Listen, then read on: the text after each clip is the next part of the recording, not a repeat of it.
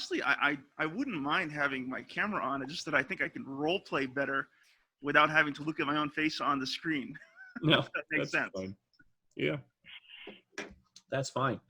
So, Scott, you're in a tavern, the only large tavern in the city, called the Black Pilgrim. And it's an interesting place. It's stone and wood. The whole lower floor is all stone and brick. And it has almost like a Roman courtyard. So when you walk into the courtyard, you're kind of passing under some of the rooms, kind of arch over your head. And then you walk into this open courtyard where there's stable doors to your left. And then there's these sort of semicircle stairs that go to a corner double door that goes into the tavern, okay? And the tavern is quite large and usually fairly bustling, and it has a reputation for being a place where mercenaries and foreigners usually come. It's the only real respectable large tavern in the entire city, okay? You've been coming and going here for a few days now. Finnereal. So I have met Father Lucian then. Yes. Okay. Yes. So you've met Father Lucian. You visited the church. Until they can establish some quarters for you there, he's paying for a room for you here in this tavern. And you've met some of these people who kind of come and go, and they are adventurous sorts who have, it seems, the betterment of the city on their mind. They seem to have got involved in affairs to, root out an orc threat under the town, hoping maybe to protect the city. Sure, they seem a little mercenary and rough around the edges, but as far as you know, they're not up into anything like criminal or anything like that. And you have discovered that one of the characters, because this is a GM caveat I have for every group, is a half-orc. And Tom, are any of your characters half-elves or elves or anything like that? Nope, I'm totally legit. Okay, so you're all human and legit. And Wyvern, Gurok is the only half-human you have, right? That is right, yes. Okay, all right. So there is a half-elf staying at the inn. You've noticed that. People are very cautious around any kind of non-human. And usually those individuals have to be really careful around the guards not to attract too much attention. But you know that Gurok is a half-orc. Seems like a mercenary. He has, you have noticed over the few days you've been here that he's watching out for a human orphan, as far as you can tell. A little girl that he's rescued from some bad situation in a nearby village, so he can't be that evil. And he seems to be taking pretty good care of this little girl, Yes, I've had my eye on him. As the saying goes, half-orcs can only be half-trusted. However, this one seems to be a bit different. Maybe. You'll have to see. Have to suss him out. So the five of you are sitting at a table kind of off in the corner.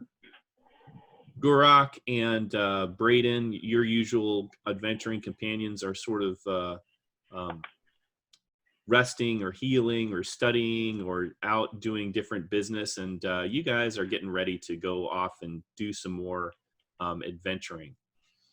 So Gurok or Braden or anyone around the table, do you guys have some input on what you would prefer to spend your time on in the next day?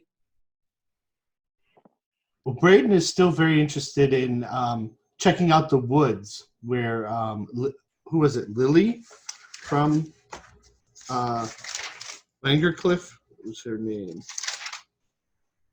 The woman who's staying with the dwarf, or the rich artist rather, told us there was some evil in the woods west of Langercliff. So he's very interested in doing that. Oh, the old woods, like yeah, the significantly large woods. Right. Yeah. Whereas the dwarf, Agnar, is more interested in going back and attacking those orcs again, because we only got so far.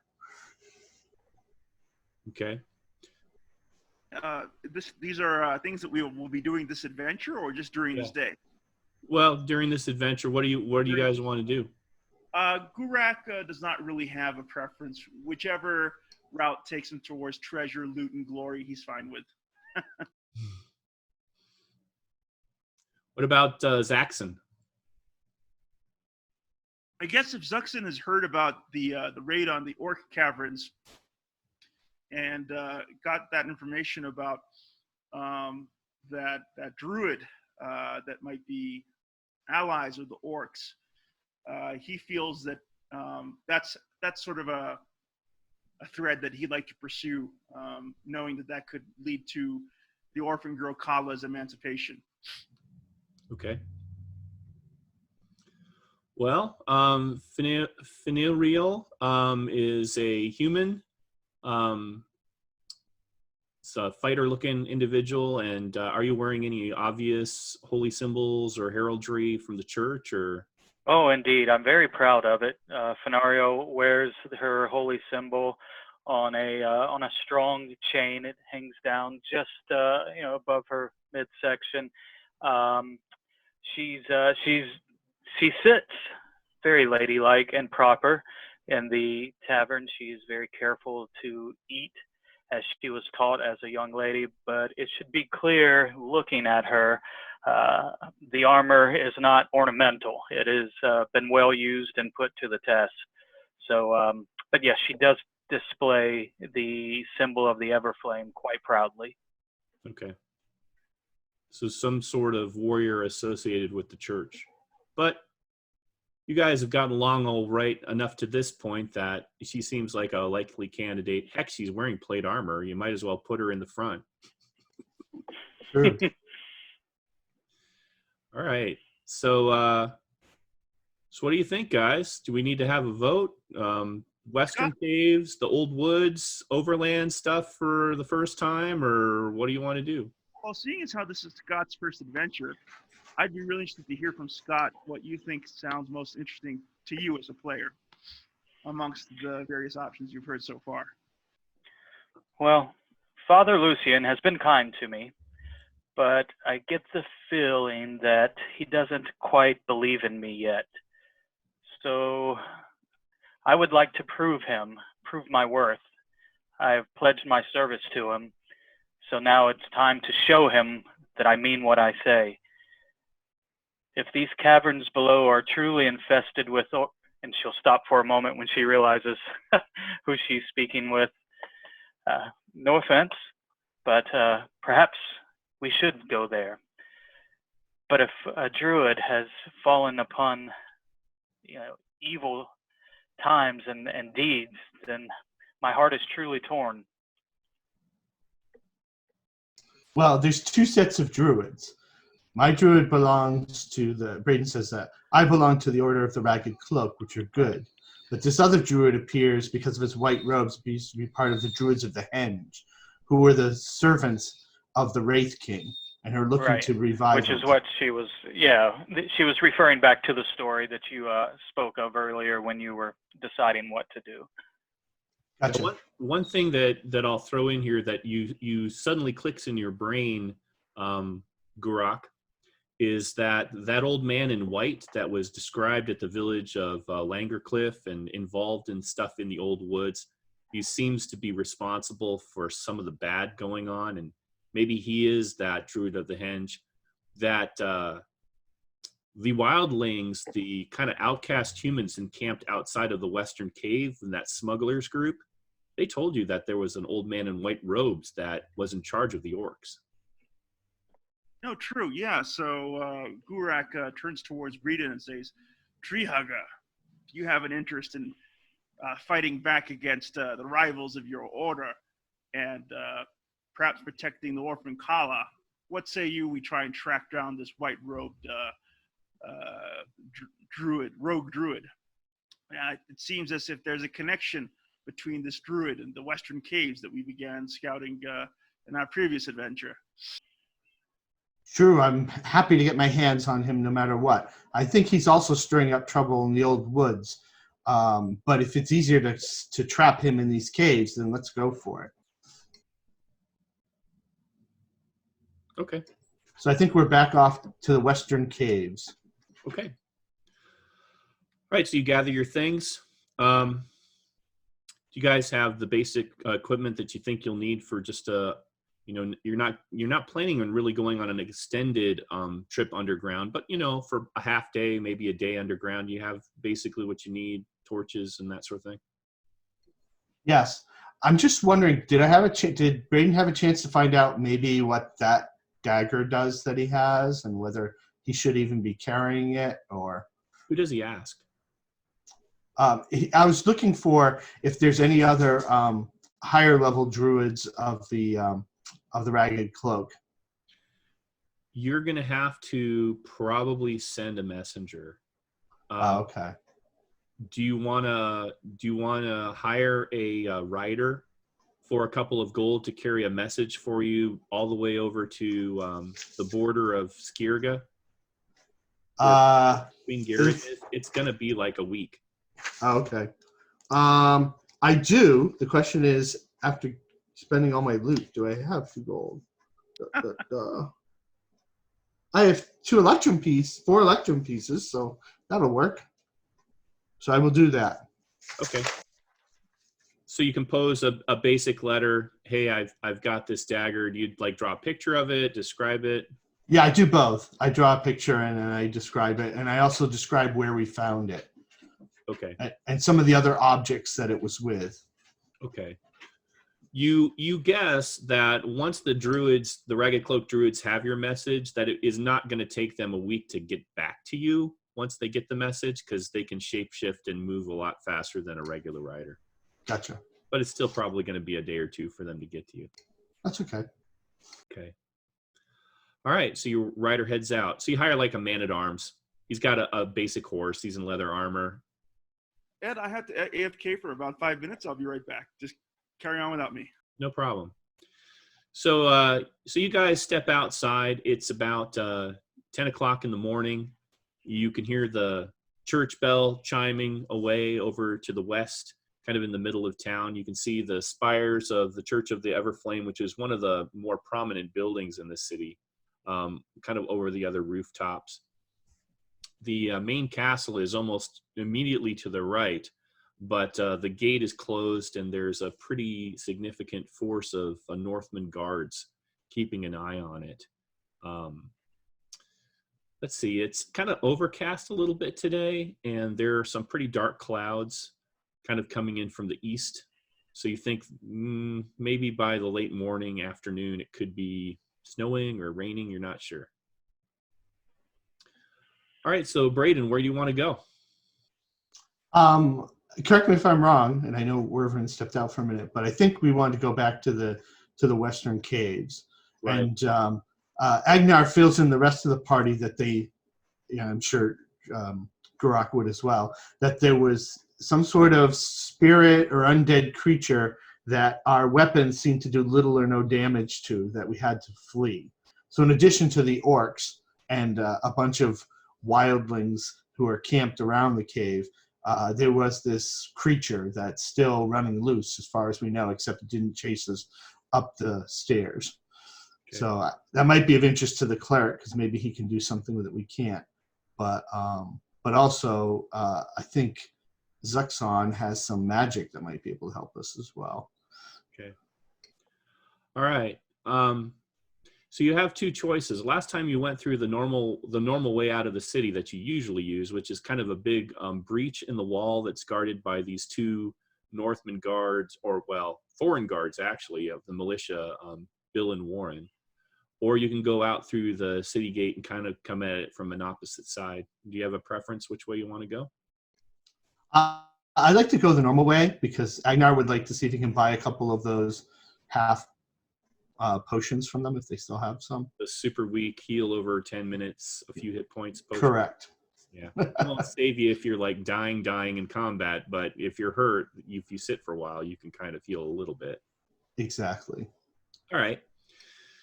So, it's the time of the week where Bill and Warren are typically on duty. So there they are, standing post. Bill has a crossbow out and has kind of got it cradled in his arms. And Warren is there. And then there's another guard with him that you don't recognize. He's got the same kind of uniform on. He's got a halberd.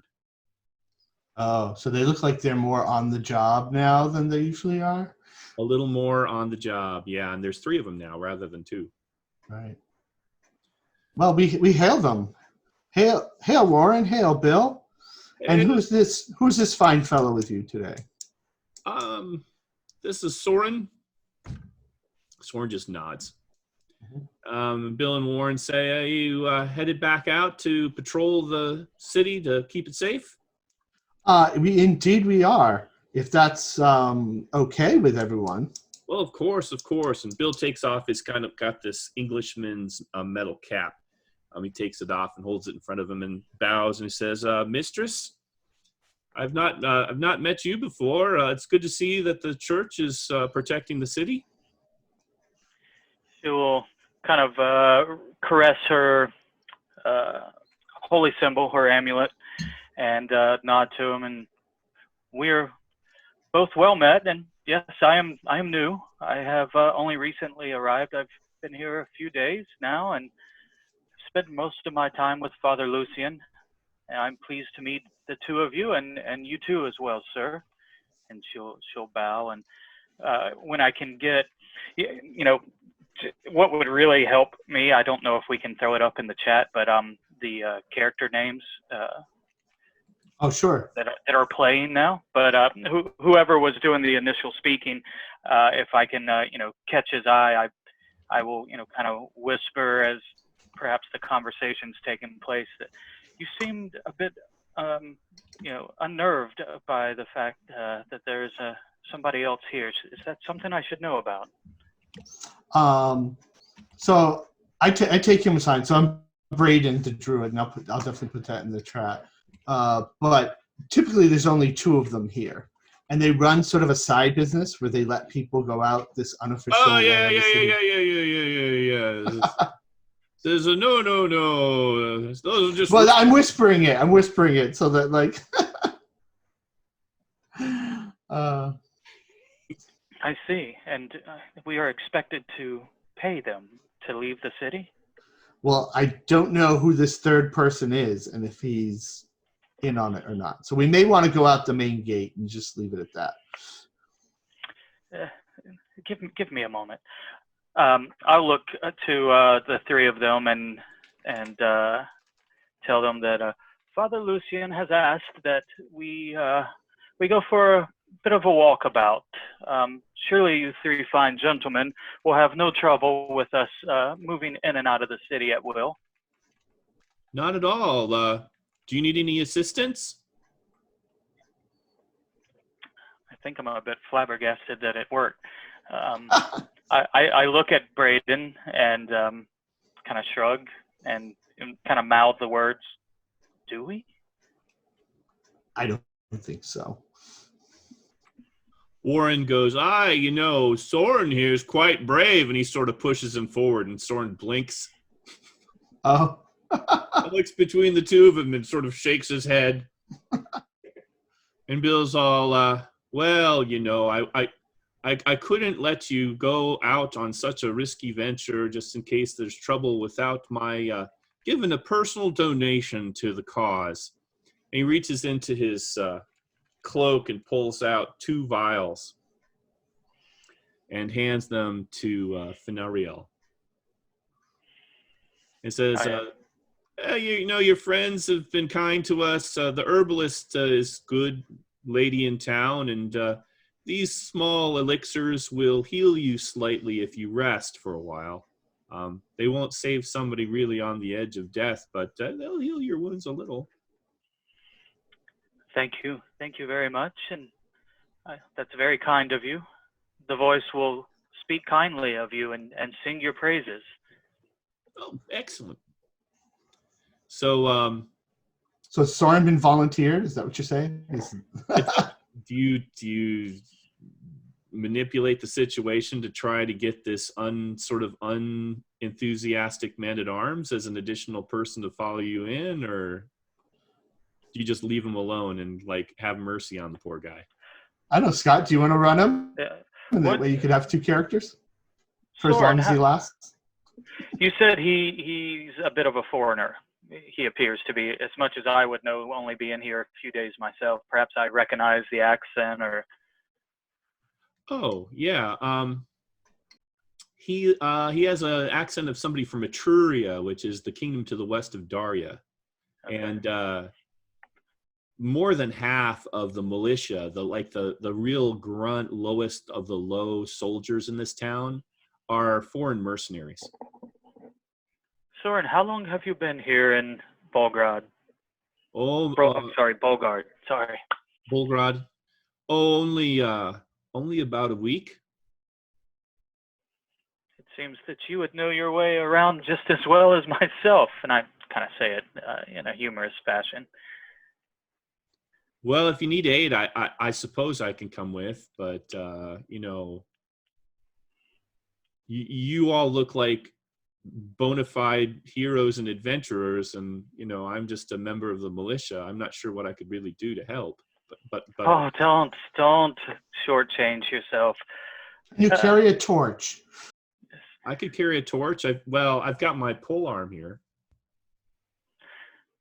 Let me say that I speak directly with Father Lucien, and I would be pleased to tell him of your service to the church.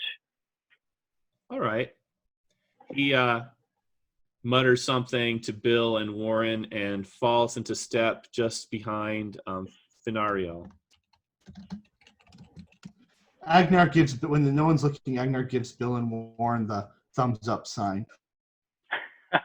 I threw his name in chat, so it's Got it. in the Thank man you. at arms.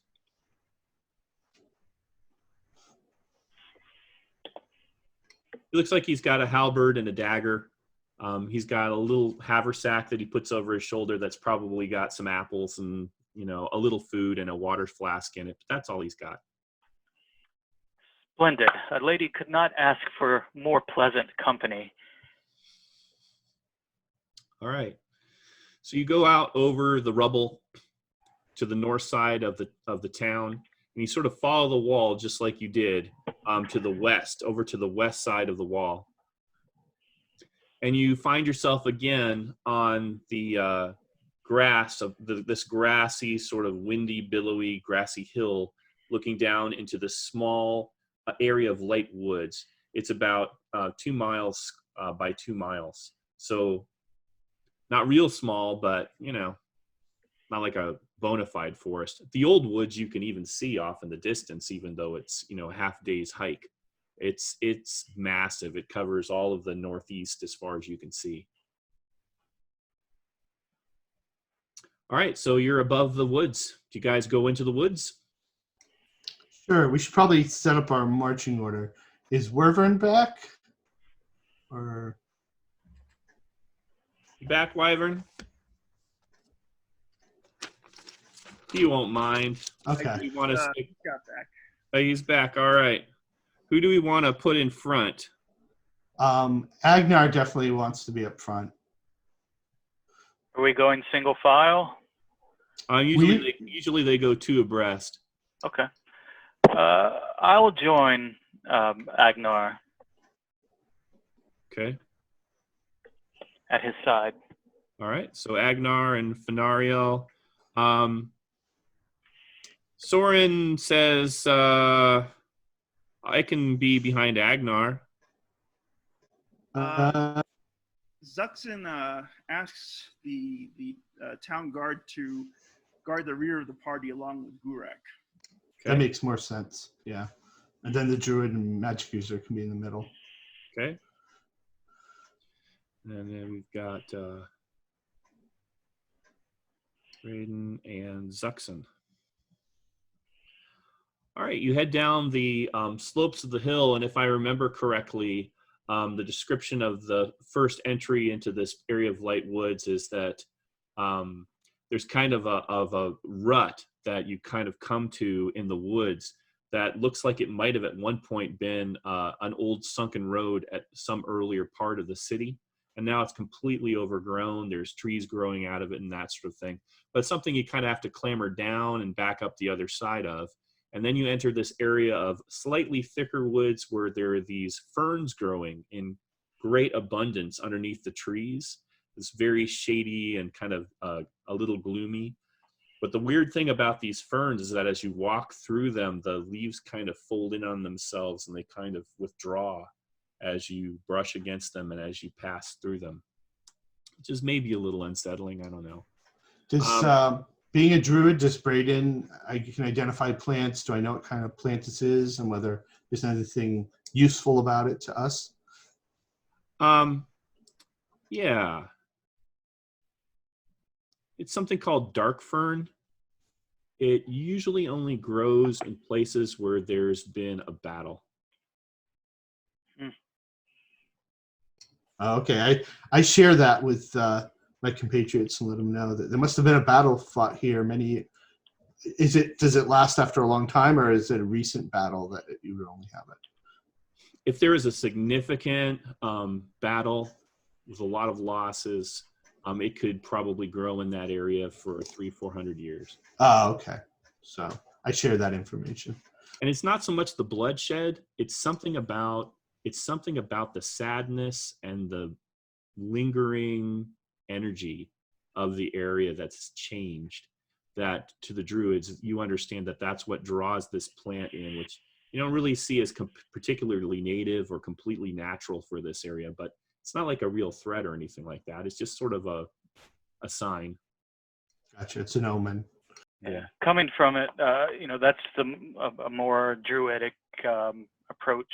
Would a paladin feel that sadness, that kind of emanating from the area? Not so much, plant focused like the druid. Is there that sense where, like you walk on an old battlefield or a historic place, that overwhelming, profound feeling? Would she get any of that?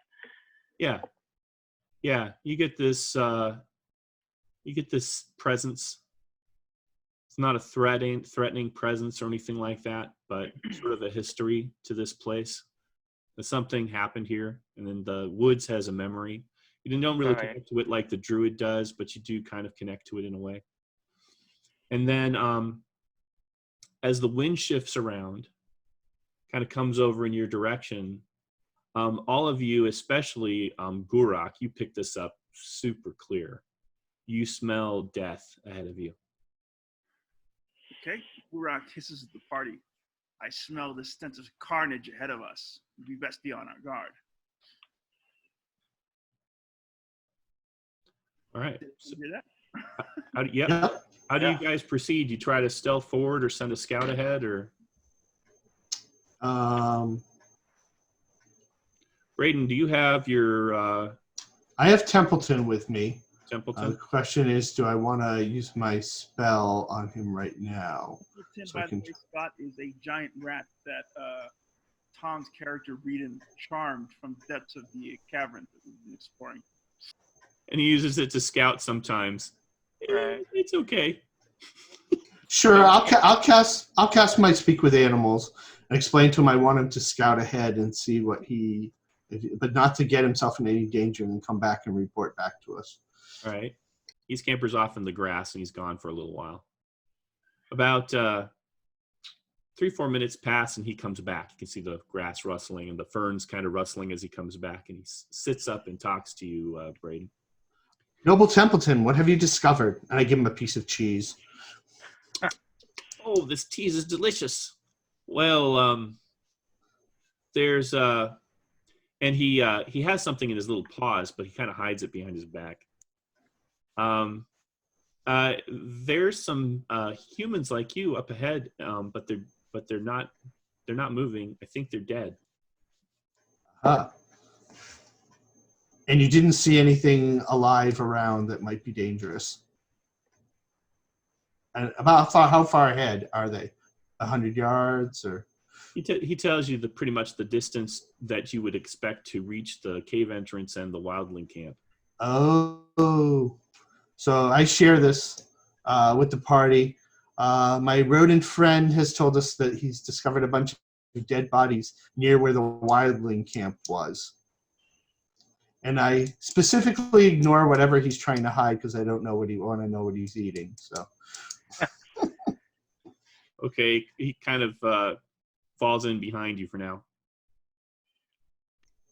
All right, so you guys move ahead. Yeah, let's just march ahead.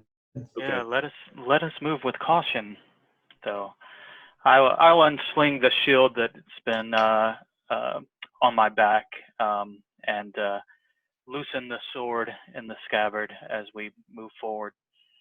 So Gurak, I rolled a basic, everybody's trying to move slowly and quietly roll for the party. And to your amazement, all of these knuckleheads are actually being pretty quiet for once. Gurak is secretly impressed with the stealthiness of the group. All right. So you kind of come to the area of the trees. I'm kind of looking over this fallen log covered in moss. And you can see a little tiny bit of smoke still kind of coming off the dead kind of large campfire bonfire the wildlings had. A couple of tents are knocked down. Their crates are smashed open. You see 2 dead wildlings laying out on the ground, and you see Mac is tied to one of the trees, and he has got a couple of arrows in him, and somebody has taken a rope and has done the strangulation thing on him against the tree. But even though at first you're sure he's dead, but even though you see his head kind of loll over to the side and one swollen, bruised eye barely open and peer over in your direction.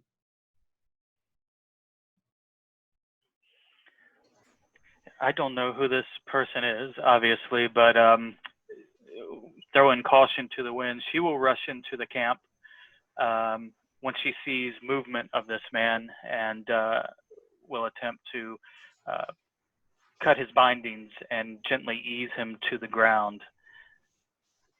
Okay. All right. He says, thank you. Says the orcs came. But I thought they were, they didn't bother you. I thought you 2 lived in peace. They said we ambushed some of their number and killed them, and they were going to teach us a lesson. They dragged my friends into the cave. They said they were going to make sure they never forgot the lesson. Just thinking back to our last adventure, I think we pretty much zoomed out of the cave without saying anything to the wildlings. Anyway, Gurak leans forward towards Mac and says, "I haven't forgotten you, Mac. There's no way the orcs that did this to you will survive the day. Grief is thirsty," he told me. He says as he draws out his 2-handed blade. Do you have any remaining people that we can take you to? There's no need for you to die out in these woods. I don't think I can walk. And you look down and like his ankles are broken, his legs are broken, his arms are broken. The orcs really brutalized him. He's barely alive. Foul creatures. Gurak looks towards Zuxin and then the rest of the party and says, "I consider this man an ally of mine." He says as he takes out and looks at the rat statue that he'd given him on his previous encounter with Mac and the wildlings. "I'm not going to leave him here to die in these woods. I'd like to take him back into the town and seek a healer. That's okay with you." He says, "They took my pack. If you can get my pack, there's a potion in it. If I can drink that potion, I'll be all right." Gurak says, "Then that pack we shall get." Okay. And we will just leave him out here in the wild in this shape? But why don't we give him one of the healing elixirs that Bill gave us? Well, I gave both mine to Liam's character, so I have 2. No, but while you were gone, Wyvern, we got 2 more. okay. Yeah. So Fenariel just looks around. Are there structures? She's trying to decide, is there a safe place to leave this man who her companions obviously know, but, giving somebody a potion and then leaving them out in in the middle just doesn't sit well. Well, we could leave Soren. There's a tent. You could put the tent back up. Soren could put the tent back up and sort of caretake over him, and make his best efforts to keep any like animals away. Does that sit well with you? She looks at Agnar and Braden and Gurak especially, who's been conversing with him. Sure, and Braden will also take the dead wildlings and do a short ceremony over them and cover them with branches for now until we can bury them on the way. We could bury them on the way out, or have Soren start digging some graves. Okay, he'll do that.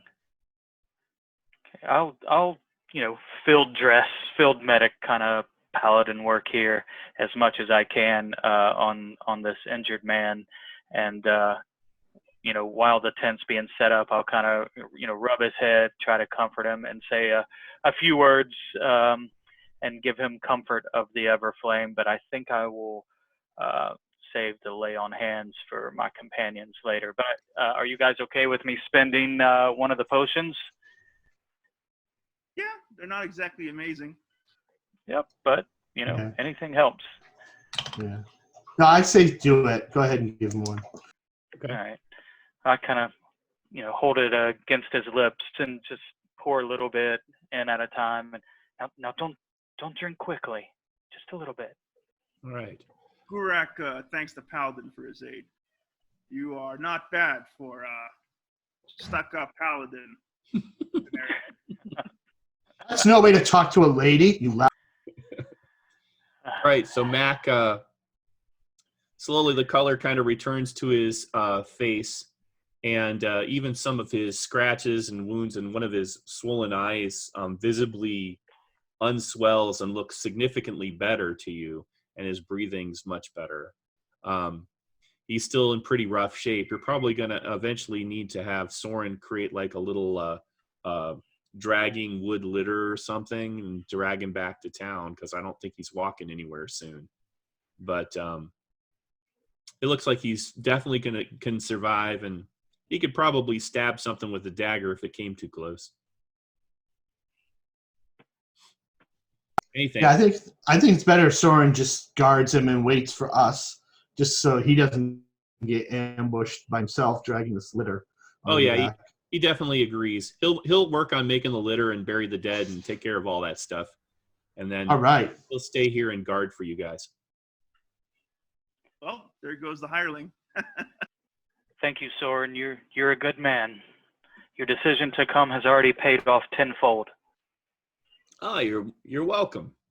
So I came to soldiering here in the first place to try to help the people. He probably looks greatly relieved not having to go to the caverns too. He's looking with a little trepidation in the direction of that cave mouth. He doesn't look too enthusiastic about it. All right, so you guys head towards the cave. Yes. All right. So the question is, guys, do we want to explore somewhere we hadn't explored before? Or do we want to keep going where the orcs, where we sort of, that room with a bunch of doors? Or do we want to go down and try to destroy that shadow, now that we have some people who maybe have some magic? Well, I'll tell you right now, out of character, there's probably still not much. Well, actually, no. You have a magic dagger, presumably, right, Tom? Correct, I do. And I think your character has a scroll, right? With some stuff on it? I don't know what it is, but the scroll, I can tell you right now, won't. Well, it's not a direct damage spell. It's a spell of protection. So I could protect the fighter who's going to take on the shadow. As long as they're wielding that dagger, then maybe we'll have a chance against it. But what of the men who were taken? Should we not find them first? Surely they are being tortured. You see what has happened to your friend. Gurak agrees with the paladin. He says, "You're absolutely right. Those orcs, they have a date with grief." okay, so then it's off to the orc caves?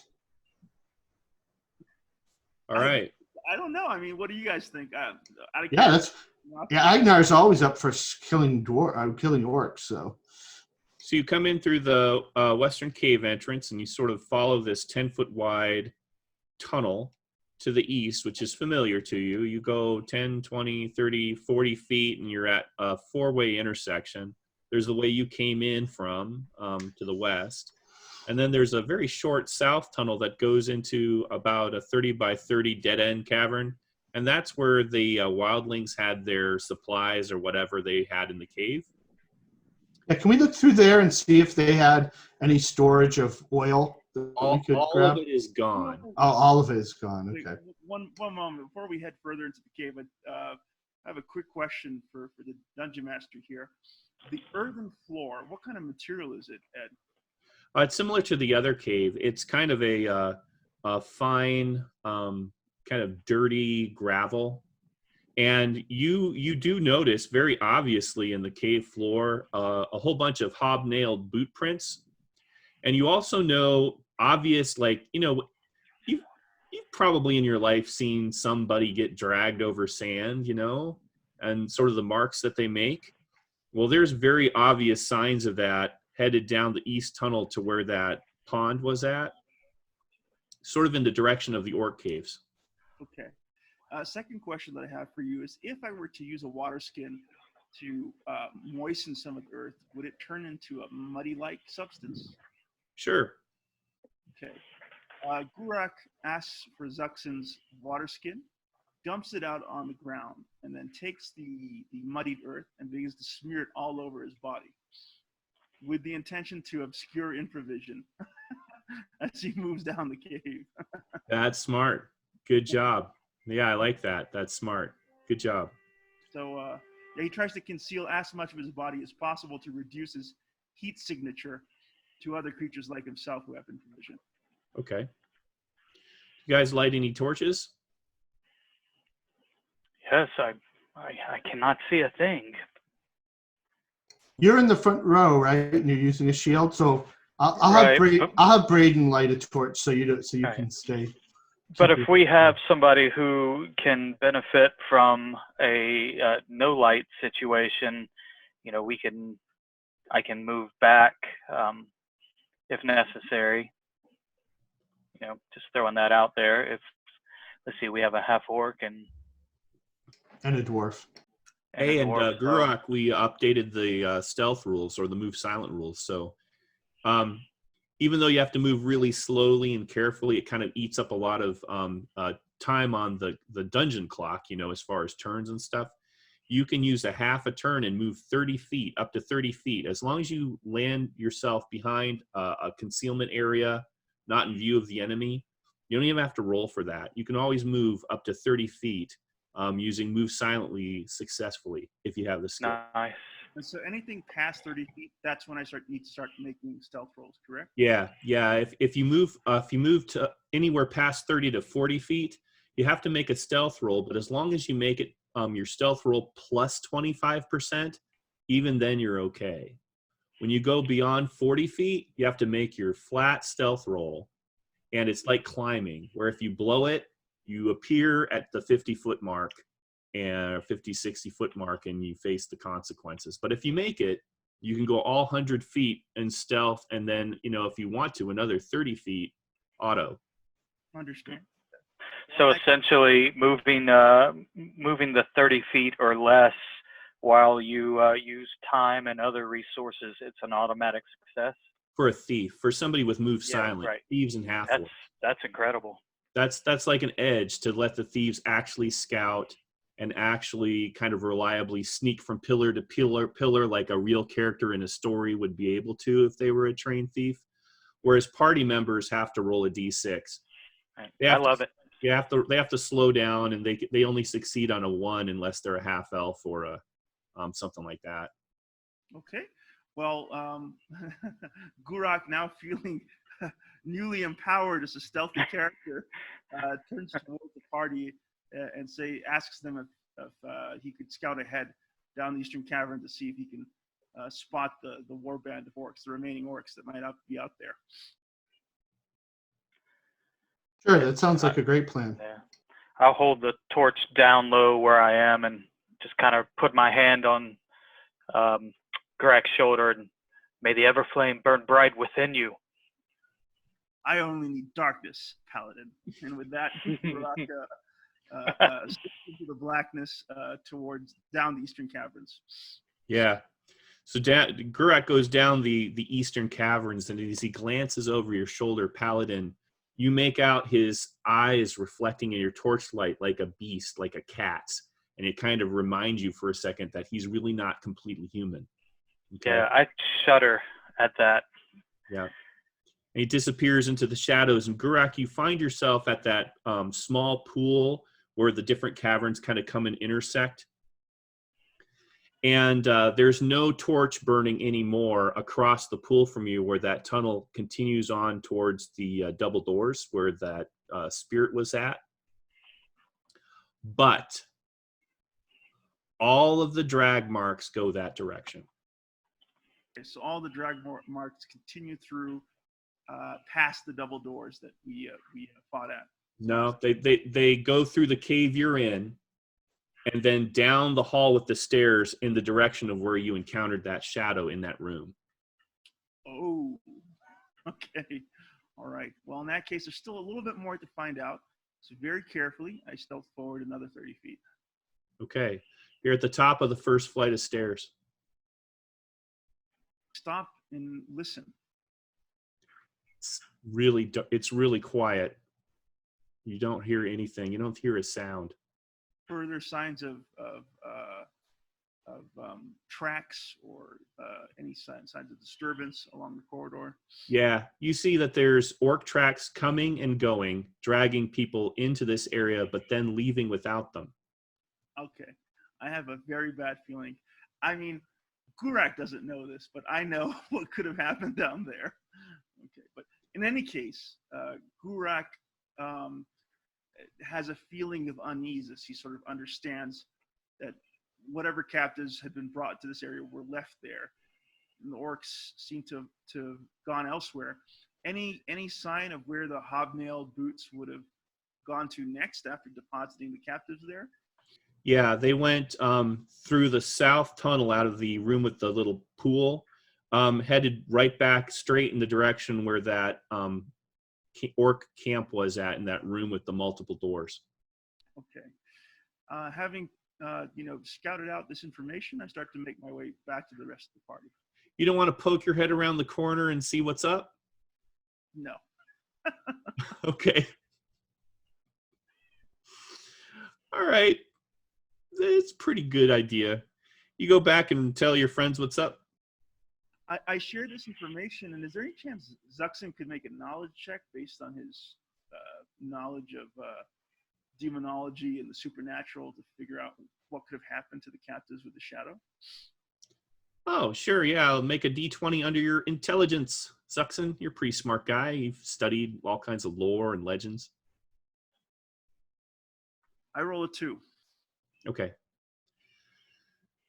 Well, you know that certain undead creatures or supernatural evil creatures like that shadow,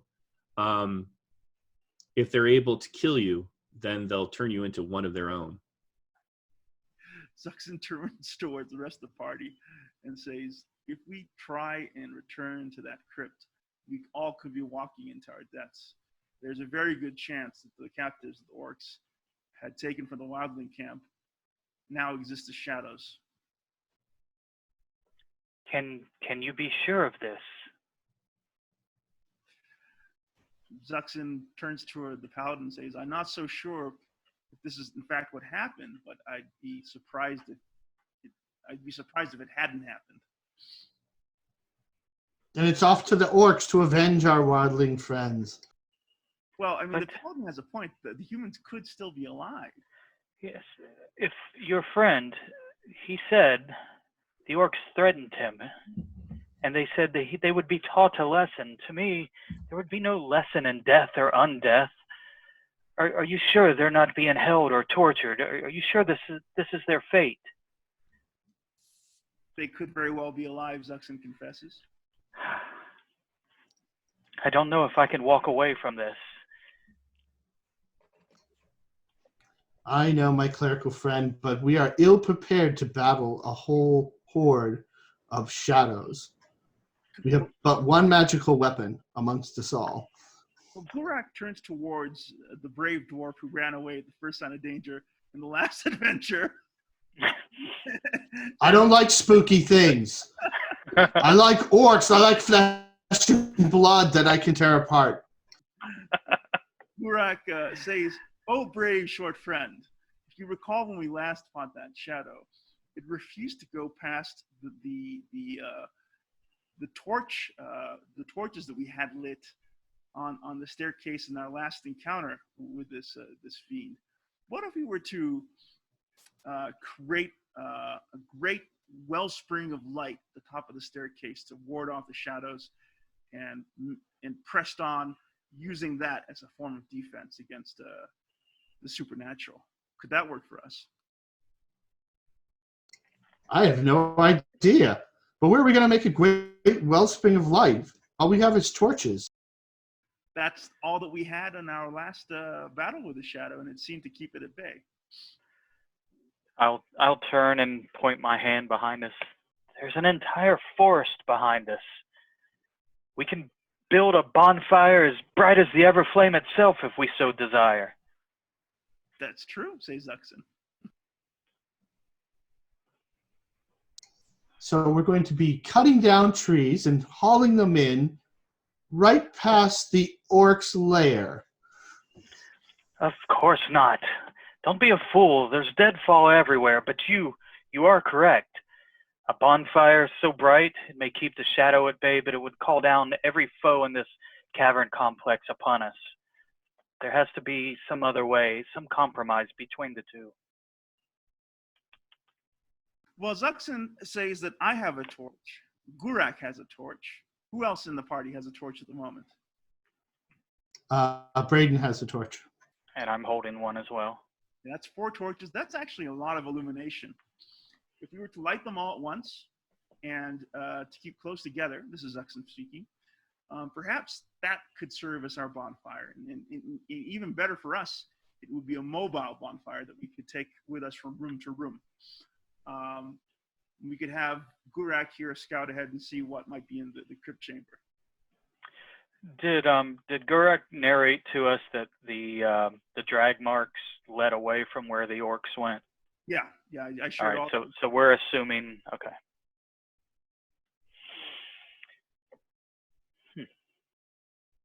All right. Out of character, I think you got a point. I think that maybe 1 or 2 captives could be alive that we could save. All right, Glurak, do you lead the paladin and the party through the room with the pool back to where the empty torch sconce is at the top of the hallway with the flights of stairs going down to that door, that lair where you found the shadow? Scott, Tom, is that what you guys want to do, or do you want to take on the orcs? Well, Agnar definitely would prefer fighting the orcs. He's very uneasy about the shadows, but he's willing to go along with the rest of the party, so long as the half-orc goes first. Yeah, I don't want to be responsible for wiping out everybody on my first night, so that's a tough decision. But back in character, Fenario will ask, is there no other way around? Is there another entrance? Is there a way we could flank the enemy? I don't think Glurak speaks now.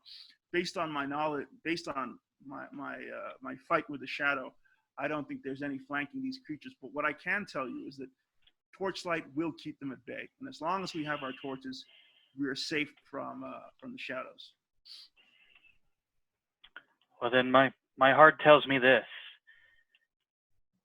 Even though I would rush into any danger to save these people, one thing I have learned, and I've been taught, the rules of war, we do not leave the enemy at our back. So perhaps we should visit these orcs first, make quick work of them, and make sure that we have a clear path, not only to escape should things turn sour, but also to bring the captives out safely. What good is it if we rescue them from the shadow creature you speak of, only to run into another horde of orcs? Zuxin nods appreciatively. Out of the pan into the fire, Your knowledge, Indeed. your wisdom is sound, Paladin. What say you, Dwarf and Druid? We should listen to her. She knows what she's talking about. Okay, I think a decision has been made to pursue the orcs for now. Okay. All right, you follow the hallway to the south then, and you take the left branch, which continues to the south. It enters a cave where there's some crawlerberry bushes, which have been picked of all their berries. You've gathered all of those herbs up already. And ends in a pair of double doors, kind of thick-looking oak doors, which are closed. They're not going to fall for that ambush a second time, I think. Probably not. You don't see any of the orc bodies or the dead lizard wolves or any of that. It looks like somebody's drug all that stuff off. I am really worried what could be at the other side of these doors at this point. Yeah, because what did we figure out? There must be at least another 20 orcs, maybe. You saw 30 packs in total, Ooh. and you've killed 5 orcs. No, we killed more than 5. We killed some in the other cave too. Killed 8. Yeah, killed 8. Yeah. So if it's only 3 packs, and you don't know that that's for sure, Sure. and there's still 22 orcs left. Zuxin, I mean, So make sure that sleep spell counts, Zuxon. Gurak listens at the doors to see if he can hear anything on the other side. Awesome. Do you have dice for your hear noise? You can go ahead and roll it. All right. Let's see. You get your choice of. Let me find them first here. He wants the dice that roll 1 all the time.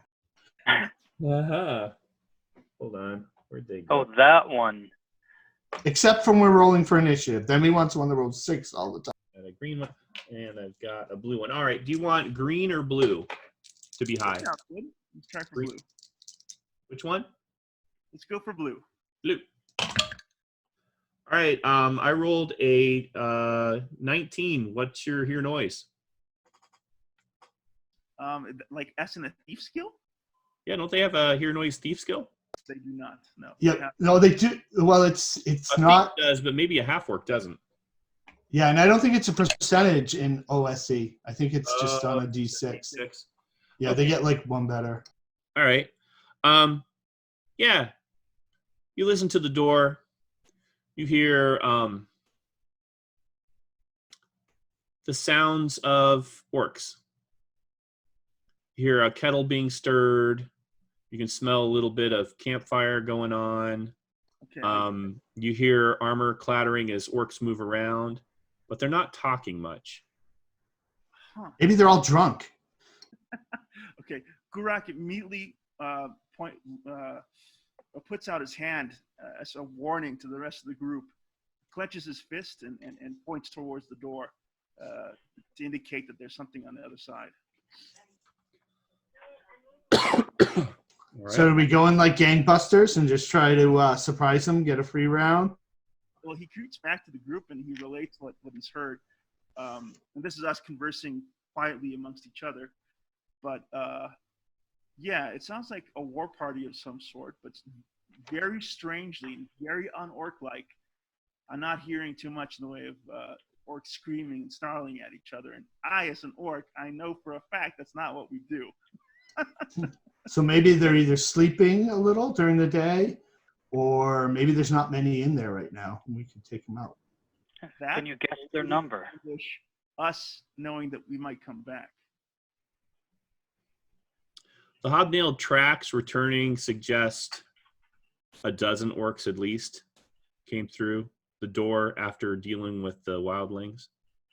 That was in the last 24 hours. Not only could they be lying in wait to ambush us, this is Garak paraphrasing here, but they could have also fortified that next cavern and trapped it, trying to return the favor back to us.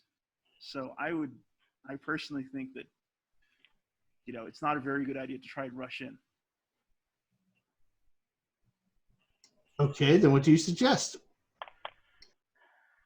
Zuxin rubs his chin and says, "You know what? I'm kind of stumped here. I think I'm not so sure what to think. Maybe the paladin was onto something when he talked about creating a bonfire. We could try and burn that section of the cave. I don't know." Shrugs. Does this door open in or out?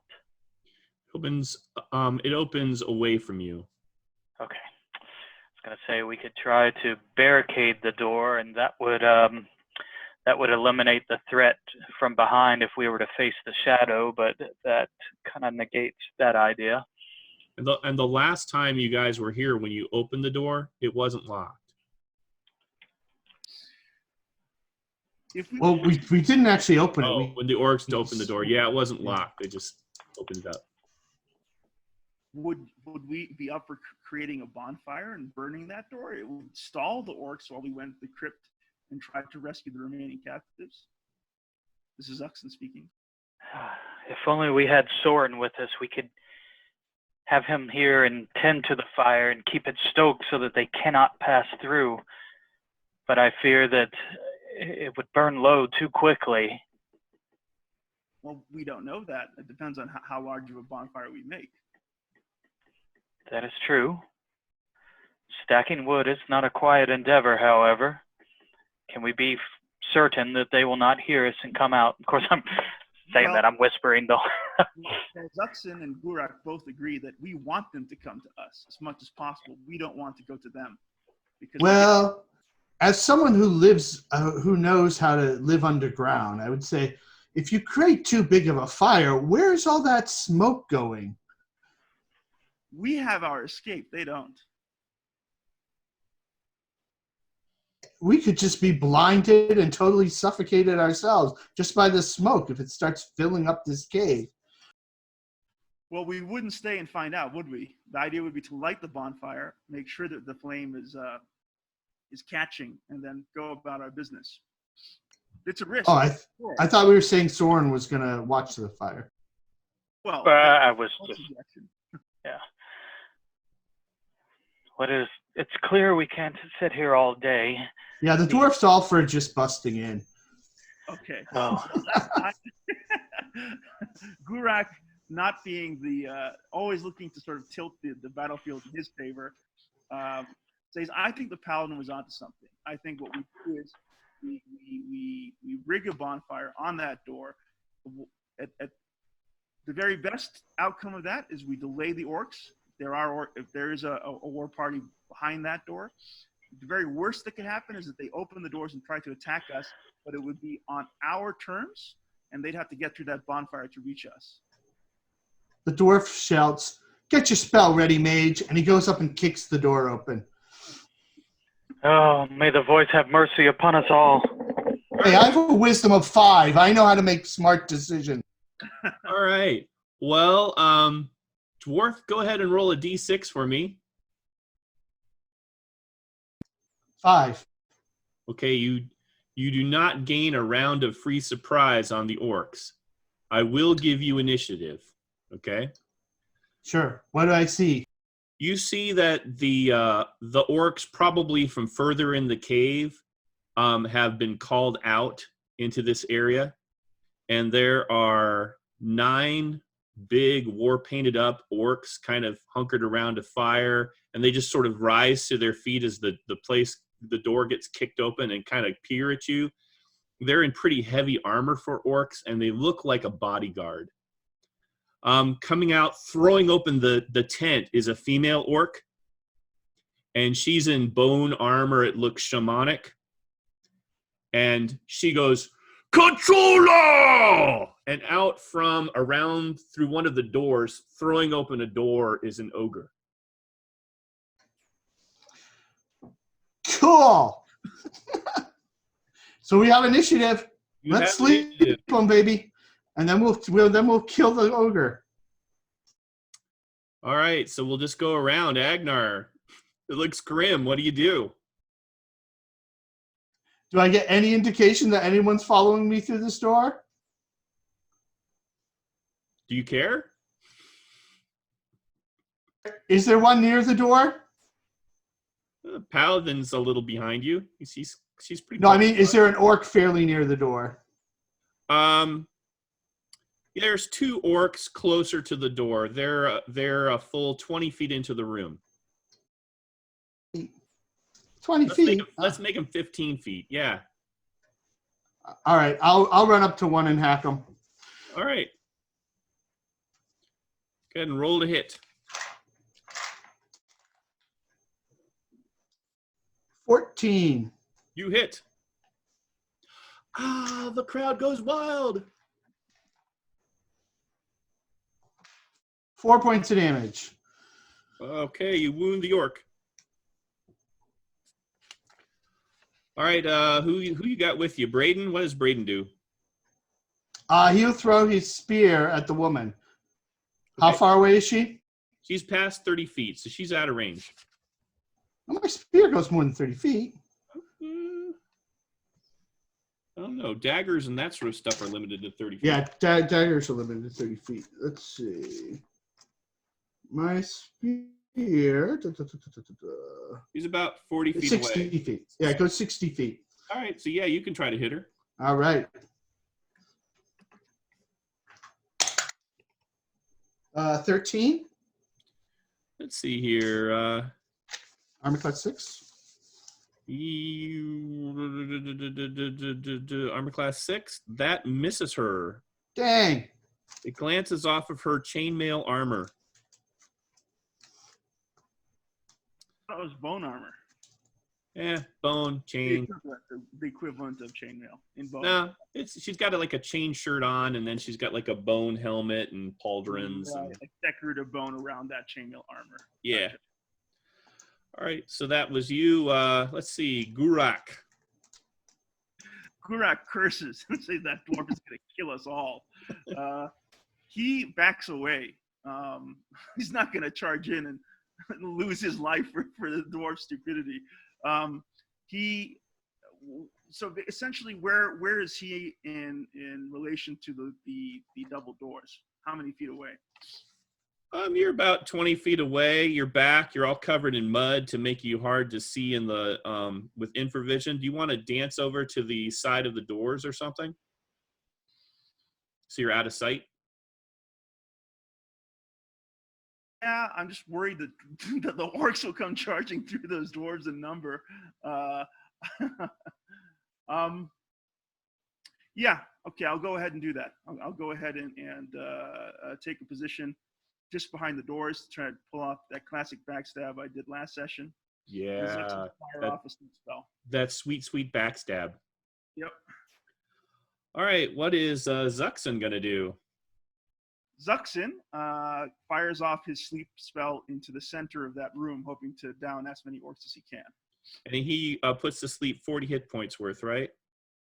I think we need to take a look at the OSE rules. I think it's a dice roll.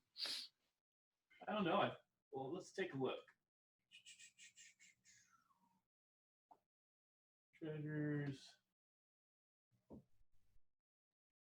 Cleric of Magic user spells. Okay. Sorry about that.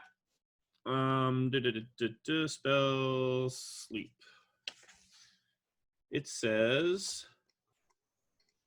It says 2d8 hit dice. 2d8 hit dice of creatures of 4 hit dice or lower. Oh, that's even better than I thought. That's awesome. Yeah, he's Megadeth, man.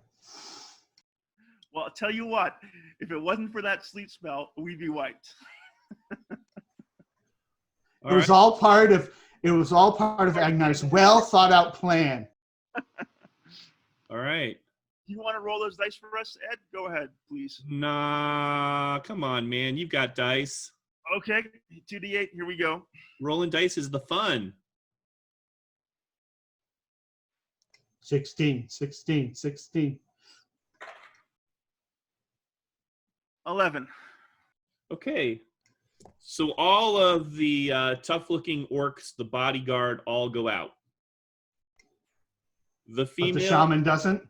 the female leader, and the ogre do not. Here's your time, Scott. Take on that cleric before she can get off a spell. All right. What do you do there, Fenario? Oh, we can't hear you, buddy. Are you muted? He's not muted. We still can't hear you. Again. I think you might have just muted yourself. I don't know. No, it's something with his headset. He's not muted. Dang, she cast silence. Yeah, she cast 15-foot silence on us. You can message us in chat if you need to until you sort that out. That's okay. You can type in chat.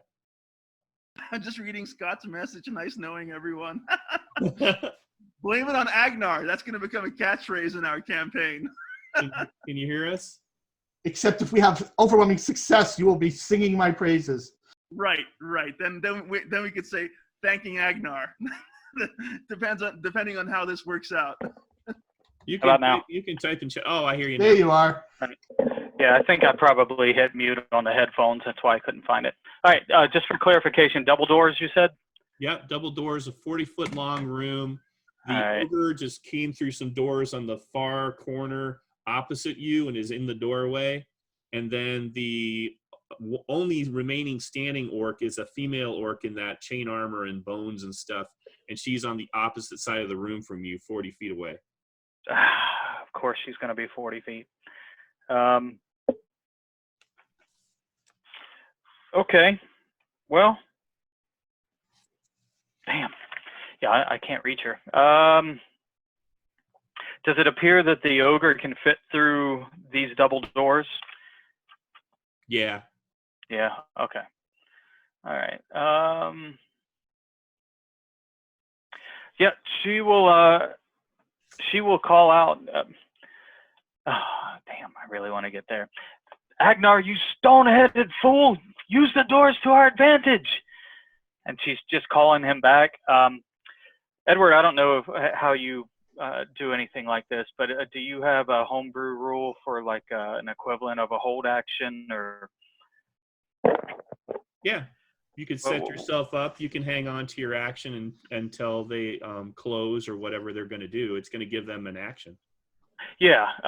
What I want to do is just, you know what, cancel that. I just want to go into like a full defensive mode. I'm going to spend my attack on defense, and what I'd like to do. How far did the dwarf go in? He went in about 20 feet. All right. I can get right there at him. My encounter movement in plate is only 20, so I want to get as close to him as I can, and then basically set the shield. I'll give up my attack to try to get a bonus to myself or the dwarf for anything that may be coming our way. Okay. All right. The female orc pulls up a hide shield and says some guttural, nasty, vile saying, and her body kind of glows with a red aura. We accept your surrender. And she goes to her right, and in Orcish, too bad that Gurok doesn't speak Orcish. Agnar, you speak Orcish? I speak Goblin. Can I say a few cute words to her in Goblin? You can. She doesn't notice that. She says something to the ogre in Orcish, and the ogre comes forward. I thought the ogre failed its morale check. I'm pretty sure it did. So the ogre stomps across the floor until he's toe-to-toe with Agnar and Finaliel, but that's all he can do. That's all he can do this round. And we are in initiative for the next round. Scott, this is your first game. You want to roll a d6 for the party? Ty goes Sure. No pressure. Nope. They probably will not let me do so anymore. I rolled a big fat 2. All right. I rolled a 3, unfortunately. Sorry, guys. It's okay. What's your armor class, Paladin? I am, fortunately, I am a 2, and whatever bonus you would like to give me for full defense, I will certainly take. Well, Awesome. You know what? We can be thankful that both Agnar and your paladin are extremely hard to hit. So that might pull us through the encounter. Boy, that Yeah. sounded like a jinx. The ogre doubles up Thanks, his Tom. fists and does a King Kong down on the paladin. Now, normally, if this was an orc, you'd be hard to hit. But with an ogre, I have a +4 to my attack. Oh, my lord. You dance back just a step, and the fists kind of brush the front of your shield. You feel the ground reverberate, and a shower of rock and pebble arcs up around you, almost like he's slammed his fists into a pool. You actually felt that quite heavily. That would have been bad if it had connected. Wow, That would have hurt. Great description, Ed. No problem. Hulk smash. Combat. The female orc steps forward about 10 feet, pulls a hand axe off of her belt, and throws it at the dwarf. Bob and weave. I duck.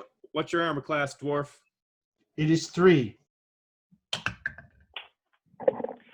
It just sails right past your head. Ha All right, it's your guy's turn. Agnar, what do you want to do? I'm helping the paladin who came to my aid. I'm sticking it to this ogre right in his kneecap. All right. He has, go ahead and try to hit him.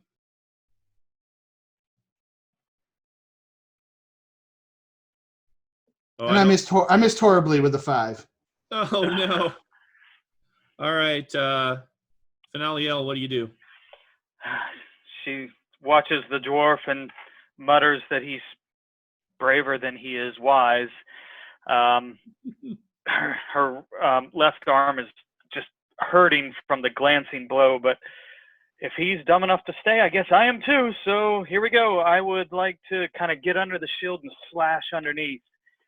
And first combat roll is only a 3 + 1, 4.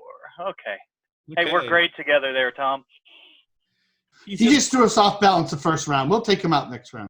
He's dynamic duo. He's big. He's got reach. You swing, but you just underestimate how close you need to get in to actually connect. And you've probably never fought anything this big before in your life.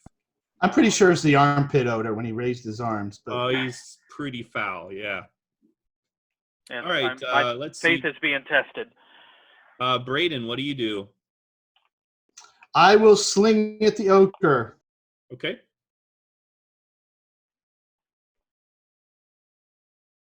$11. You miss. All right, Gurak, you hear combat inside the room. Braden's kind of standing outside the room and threw a slingshot inside. You don't really have eyes on exactly what's happening, but it's your action. What do you want to do? Okay. I take a quick glance inside the room and try to figure out the distance between myself and the ogre. The ogre is only 20 feet away, and you think that if you follow the edge of the room around through some of their tents and things like that, you could use your move silently and get behind the ogre without getting noticed within 30 feet. Okay. In that case, holding grief at my side and preparing for a strike at the ogre, that's what I do. I circle alongst the wall, trying to make my way towards the ogre's back for a backstab. All right. No rule required. You're behind him. You don't have an action yet, but nobody's spotted you. You are in move silent mode, so nobody gets to notice you either, okay? Nice.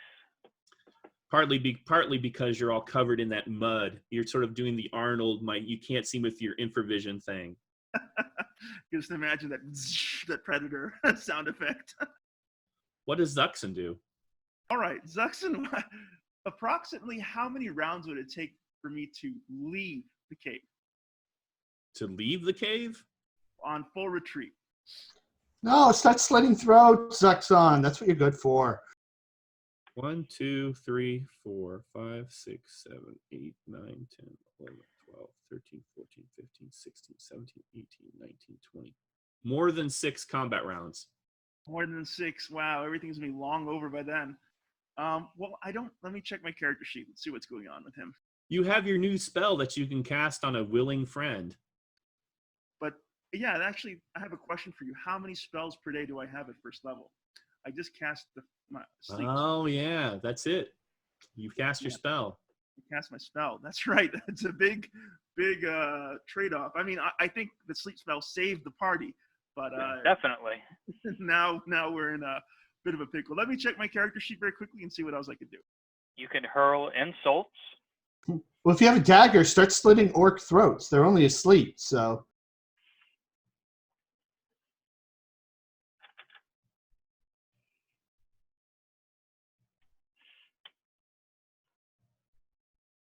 All right, I do have a sling. So I guess if I have line of sight with the ogre, that's what I do. I take a sling at him. Okay, no problem. Rolling. Let's see.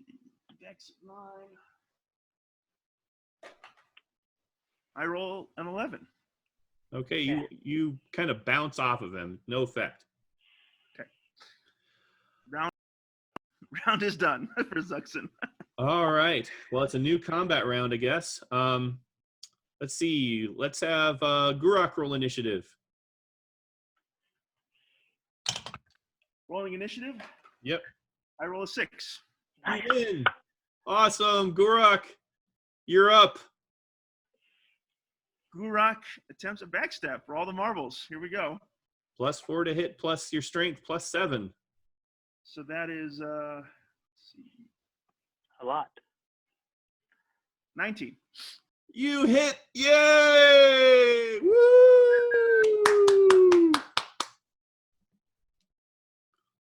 Awesome. All right, here comes the damage roll. So 2d10 plus 3, right? Yeah. Wow. All right. That is My plan's working perfectly. you crazy dwarf! You're gonna get us all killed. Let's see. 8 plus 6 plus 3. Yep, 17 points of damage.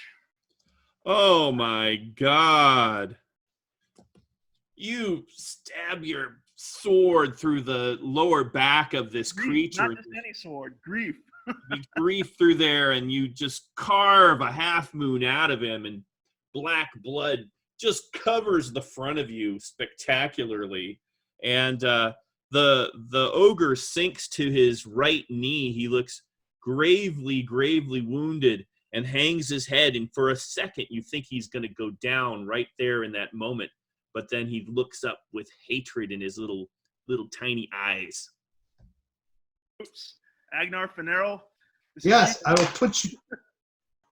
I'll put him out of his misery. 18 plus 2 is 20. Oh my God, you hit him, Agnar. Awesome. I do 6 more points of damage. You plant your, and now that he's on one knee, you can get to him. You step up and you just plant your axe between his eyes and then kick him in the chest, and he topples backwards, quite dead. Take that, giant. Nice. That was awesome. Thanks, Matt. Took care of a dangerous opponent right there. All right. Let's see. Who do we have left? The paladin. As she kind of moves out of the way as the ogre falls, using her shield to push him back just a little bit, she'll stand up and hold her blade right at the orc shaman and ask, "Do you yield?" Okay. Kind of flourishing her other or I guess her shield, indicating everybody's asleep or dead. She bares her teeth at you and looks up at you as she's already sort of stooped down and is starting to shake awake, with one hand on each of them, 2 of her companions. I guess that's a no. Thanks for being merciful, Paladin. Well, She hasn't been able to go yet, and you still have an action. As I held it forward and she did that, I just moved my body weight forward behind the sword and hopefully make her pay for her. You have still about 20 feet to cross to get to her. Oh, I'm sorry. I thought she was right there. Okay, I can move the 20 then. As I see her waking, I'll rush forward and before she can try to wake. All right, let's see what I can do. That one, however, is much better. A 19 plus 1, 20. You hit. Yay. So we'll roll the D8. Okay. Not so great. 3 plus 1, 4 points of damage. Okay, you hurt her. Draw blood. Reddish black orc blood covers your blade, and she's got a big slash across her shoulder. Braden's gonna step in the room and start killing whatever orcs he can with that strange sacrificial blade that he's acquired. Nice. Oh, okay. Awesome.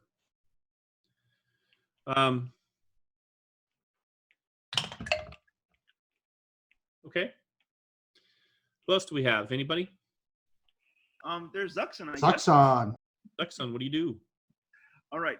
In under your rules, Ed, even though we're in combat, can I still deliver a coup de grace? As an action, yeah. Okay. In that case, that's what I do. I draw my dagger and I rush in with Breeden to start dispatching the sleeping orcs. Okay. So you guys are up with where Agnar's at, where they're originally the original 2 orcs that were closest to the door. They had originally both been alive, but Braden coup de grace one of them, and Zuxon coup de grace the other one. Awesome.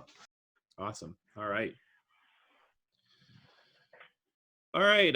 It's the orc's turn. She can only wake up one at a time. So she tries to wake up the 2, but she only gets 1 on his feet in front of her. And that's her action. All right, so initiative. Agnar, you want to roll? Sure. She still has 2 really close to her, and there's going to be 5 more kind of scattered around on that side of the cave, or that side of the room, okay? On the far side. I rolled a 5. Okay. I also rolled a 5. The tie goes to the party. Yay! So Braden will try to kill another one. Move to the closest one he can. Okay. He's going to have to cross the rest of the room to the side of the room where the orcs are at. He'll do that. Okay. So you kill another one. Agnar, what do you do? He's going to run up and support the paladin and try to attack the woman. Okay.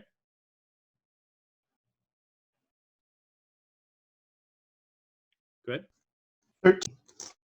I didn't hear you. Sorry, 13. That misses her. Dang!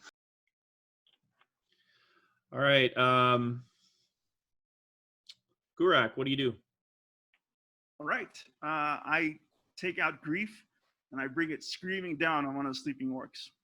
Okay, you're going to have to cross the remainder of the room to where they're sort of scattered in the encampment, kind of on the far side of the room. So where the combat is taking place with the orc priestess, how many sleeping orcs are around her? There's 1 at her feet and 1 standing next to her that she was able to arouse immediately. There are 5 other ones over there kind of scattered around in a camp all along a 40-foot long wall. And Braden just ran over and killed one. Okay, I rush over and join Breeden and Zuxon, dispatching the remaining orcs. Okay, so Zuxon does the same? Yes. Okay, so you've killed 3 of the remaining 5, other than the one that's sleeping at the other orc, at the woman orc's feet. Okay. Oh, you mean how many are left then? 2 more in the encampment, and then 1 right at her feet. Okay, in that case, Breeden. That's after you've killed all those other ones. Right. Okay, in that case, I close the distance between myself and the orc priestess, hoping to join the melee. Okay. Do you want to take a swing at her? Yep. Alrighty. Okay, I bring Grief whistling across, and I roll an 18. I'm 15 plus 3, 18. Okay, you hit her. Okay. Yay! All right, rolling damage. 9 points of damage from Grief. Okay. She's still there. Ooh. How does she look? Wounded? Yeah, she looks hurt. Good. If she didn't look hurt, I'd be worried. No, she looks hurt. All right. That is it, I think, for you guys. I haven't gone. Oh, go ahead, Fenario. Okay. Yeah, I'll just, she's getting hit one way, then the other, and as she's spinning around, I'll try to move in between the two other combatants and swing, and probably a miss. Yeah, only 8. Sorry. Okay. I get jostled by the dwarf. Okay. Why are you blaming me for everything? Because you take up so much space. The orc says something to you, Gurak, and holds up her hand and then snaps her fingers. Make a saving throw versus spell. Whoa. All right, let's see. Let me get my character sheet out. Okay. So my save versus spell is 15 or higher. And on a d20, I roll 13. You are charmed. Crap. Good for you guys. Oh, no. Kind of makes sense. He's this hot, orc warrior leader. You're a half orc. So our only chance is to take her out next round. I don't know. It's not like Gurak is a fountain of hit points. No, but he's a fountain of damage dealing. Yeah, he is. All right. And while that's going on, while you're distracted by that, the standing orc. Yeah. He's going to stab the dwarf. He mutters to himself and he goes, God, I hate dwarfs. All right. 15. What's your armor class? My armor class is 3. I think he needs a 16. Oh, man, I just missed you. Bummer. All right. Yay for my shield. All right, it is initiative for the next round. Scott, go ahead and roll initiative for the party. No, this didn't. Come on, Scott. Come on, Scott. Come on, Hey, Scott. you guys, I should probably warn you now. I didn't tell you before because you may not have let me play, but I'm traditionally a terrible die roller. So Yeah, here we go. I'm not much better, so don't worry about However, that, my friend, was a 6. All right, Yeah. an initiative. Awesome. Woohoo! All right, so let's go with Scott. What do you want to do? All right, obviously completely oblivious to what just happened behind us. I'll threaten her one more time, and if I do not see her countenance change at all, I'm going to try to finish her off. I'm assuming She makes her morale check, no problem. all right, here you go, little buddy. Touch my die, make it lucky. Touch it. Okay, here we go. Woohoo! Right, special magic. Dude, come here, quick. Tell them what that is. Come here and look on top. Oh, 20. Yay, natural 20. Natural 20. Woo! Good luck. It worked. I anti-jinxed myself, and then I got the lucky kid. All right. Okay, the trick. So I read through your house rules, Edward. I think I saw it was max damage automatic, or I think you get double because you're a fighter type, right? Yeah, you're kind of a fighter. I'd say you qualify as a fighter. all right. So we do max and then a roll. So what you do is you roll your damage dice twice and add any strength bonus or magic weapon bonus. All right. So 4, 10, 11 plus 1, 12. All right. Yay! Great hit. Oh my gosh. Best laid plans of mice and dungeon masters, I swear. You've been foiled by a dwarf, haven't you? He's getting ready to cast another spell, and in mid-spell, you just stab her right in the heart. And Oh, good. Well, gasps. And I'll buy my little man a Lego set for saving the party. and she Woo! sinks to the ground dead. Agnar is going to attack the other standing orc next to her. Yay! Great job. Come here and say hi to everybody. We did it. You did great. Hey, great All right, job. Thanks. Woo! Darling boy. Cool. So Ed, Agnar rolls a 16 plus 2 is 18 against the other orc that was standing next to her. Agnar is rocking it today. All right, you hit. Oh, maximum 10 points. You kill him. And Braden will kill another one of the sleeping ones. You finish off the rest of the orcs, and you realize, to your complete and utter amazement, that you have managed to kill this war party, its leader, and its ogre henchman, and none of you have died. Heck, I don't know that any of you were really even wounded. I don't think anyone took any damage. No. I don't think so. Alright. MVP totally goes to the magic user, though. That changed the entire encounter. Has Gurak, I'm pretty sure it was the dwarf's plan that really did everything. So has Gurak snapped out of his Yeah. Ed? Yeah, I'm listening. Has Gurak snapped out of the charm spell? Yeah. All right. Gurak takes both hands around the hilt of grief and brings it spinning down on the dwarf's head and just stops just an inch away from his forehead. And he says, "You ran from me when I fought the shadows, and you almost had me killed in this caverns, dwarf. I am tiring of you." look at all the loot that's hanging around. That's all you care about, you half-breed. "I warn you, dwarf," he says, muttering as he walks away towards Zuxin, both shaking their heads. Awesome. Wow. That was a pretty cool fight, you guys. I'm impressed. In the words of Munchkin, we loot the room. High fives, party. That worked out well, but I think Tom had the feeling that we could pull it off as long as that he was towing that magic user behind him. So You just needed a little push, that's all. So can I ask you a DM question here as players to DM? Yeah, sure. Okay. So I tried to set this up as best as I could logically that, the orcs are not completely stupid. They do check on each other occasionally. They've had 24 hours to figure out that somebody came and attacked and killed some of their number, and it was mostly human tracks. So are you guys okay in a dungeon environment where the monsters will have a chance to react over time and sort of change their positions? They don't always have to sit in the same rooms they were written in originally, that kind of thing? Oh, absolutely. Absolutely. Yeah, that's what makes it so much fun. And it also makes it it's not like a video game.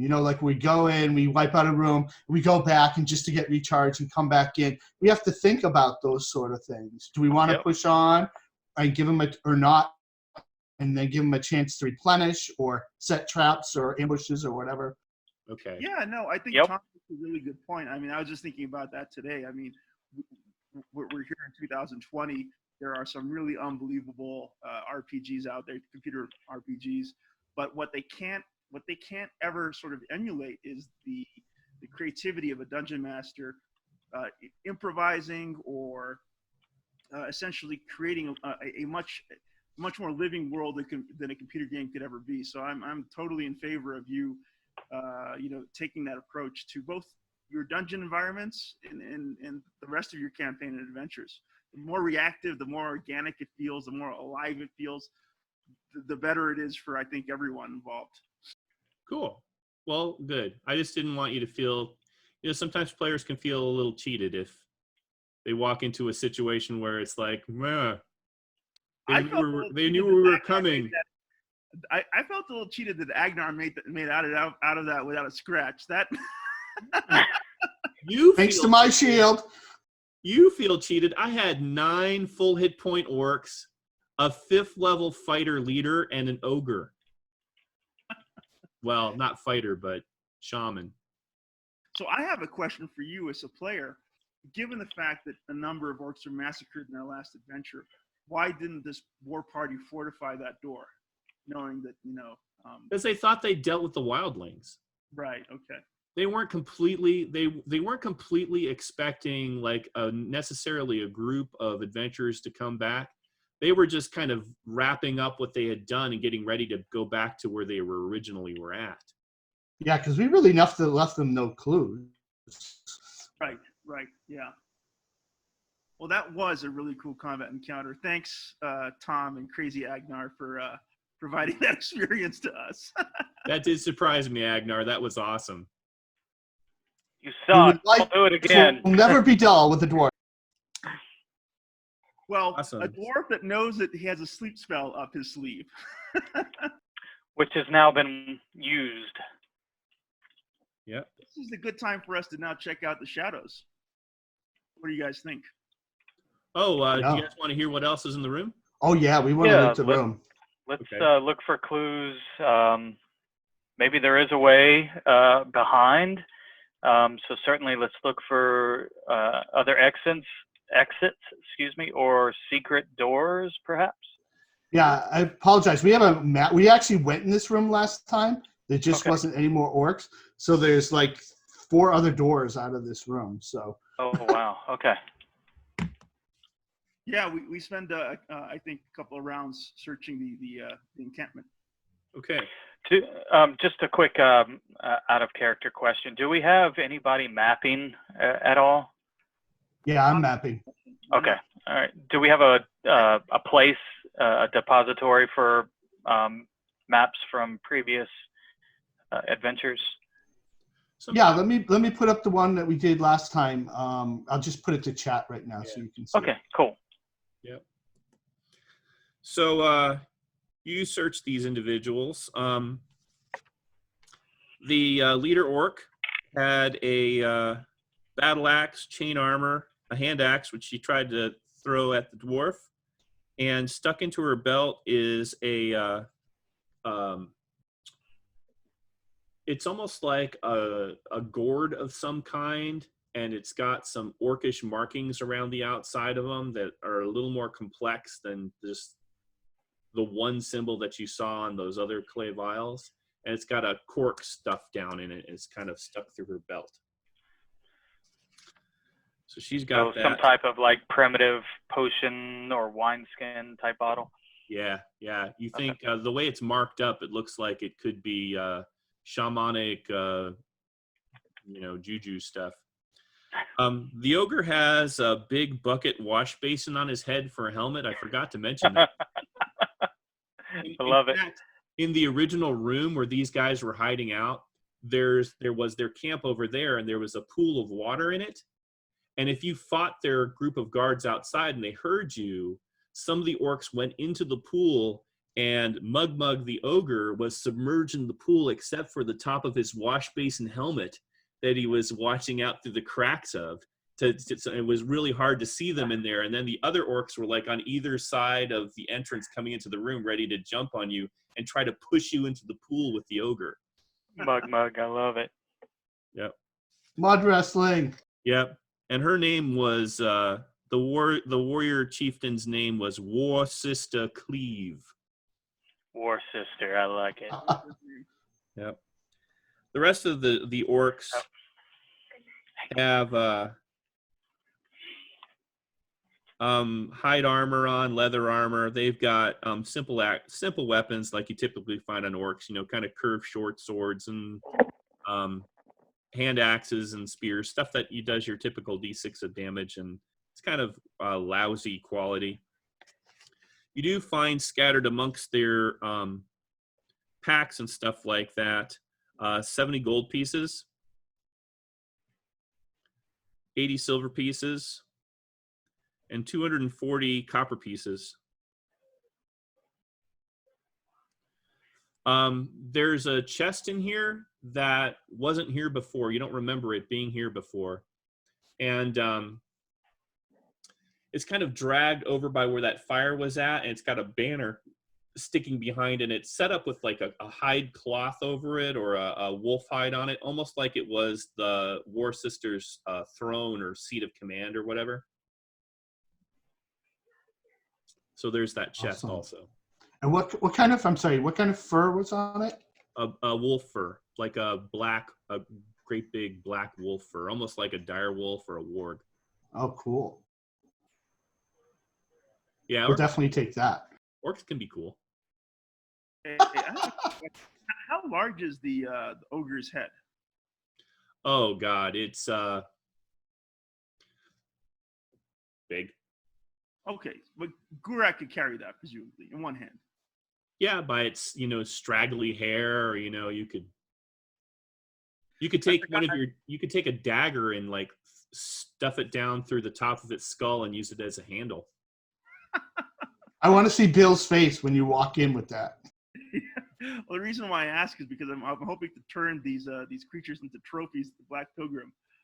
So while I guess Breeden and Agnar are doing their thing in the room, Gurak takes Grief and decapitates the ogre to take its head as a trophy. Awesome. Nothing says D&D Tavern Adventurer Tavern trophies like humanoid heads. That's cool, though. The cleric may not appreciate that, but Hey, it's an ogre. All right, so all you have left to deal with is this pretty large chest. It's almost like a sea trunk kind of a chest. while everyone else is looking at the chest, Agnar just wants to check out the other doors and listen at them. Okay. So there's double doors to the south, and then a door on the west wall, and then a door on the northeast kind of edge of the east wall and the southeast edge of the east wall. Yeah, he'll start on the west door and then move counterclockwise. Okay. This is fun, guys. I'm having a great time. We are too. That was exciting. We could have all died. It was I cool. know. That is unusually. You've never seen a door like this before. It's made of metal. It's got a very obvious keyhole in the middle. It's got like a knocker kind of a handle to pull and push it open once it's unlocked. You do think it's locked. You don't hear anything, I don't think. You don't hear anything on the inside. Okay. Then he'll move to the double doors. Okay. What are you guys doing with the chest in the meantime? The dwarf is going around from door to door, kind of listening at each one. Yeah, we need Baron Sissyfell. Where is he when we need him? Or his treasure seeker. Right. So Scott, basically what Ed just related. We've cleared the room. Tom's dwarf Agnar is listening at the doors that lead out of this cavern, and there's a grand chest that probably belonged to the orc priestess that we discovered, and Ed's wondering what we're doing with it. Okay. Where exactly? We're in the water. No, we're not in the water pool room, are we? We're in the room with the 5 doors at the bottom of sort of that V. At the bottom, where it says 5 orcs and wolves, or Yep, that's it. That's where we just Okay. fought the All right. other orcs. So did we come in through that southern door? We came through the northern door from Northern door. where the bushes were. Okay, got you. So All right. Agnar just listened at the west door, which turned out to be unusual. It's like a solid metal door, has a keyhole in the middle, and then a kind of a knocker made out of iron on it. And he didn't hear anything there. He's going to the south doors, which are double doors, which are closed. The ogre came through the eastern bottom door, so like the southeast corner door. Okay. That's standing open. And what do you guys want to do with that chest? Before they look at the chest, have we, and I apologize for stepping out in case, I want to, if she hasn't been searched, I would like to look at the female or chieftainess, and see, perhaps she has a key. She, under her armor, she does have a key. It looks a little too small for that metal door. How about the chest? Looks like it does go to the chest. Good job, Paladin. You must be a treasure seeker too. I'm Yeah. going to give you a little experience point bonus for the party because of that. All right, cool. I'll hold it out and kind of little sheepish grin and kind of toss it to whoever seems most interested. And I need no rewards for what we do as long as I can bring these people back. But here, help yourselves. Gurak snatches the key. I was gonna say, but I didn't say. Paladin. Well played. So Gurak approaches the chest and tries to unlock it with the key that the paladin had given him. Go ahead and roll 1d6, Gurak. Okay. I roll a 6. All right, you're all right. You unlock the chest and you're not hit with anything, but as you unlock it, on the opposite side from where your fingers are, where they could have been, this needle comes out. Chunk. Oh, wow, yeah. I had the feeling it was trapped. But I thought to pull an Agnar and just go for it. See, you're learning. But it is now unlocked.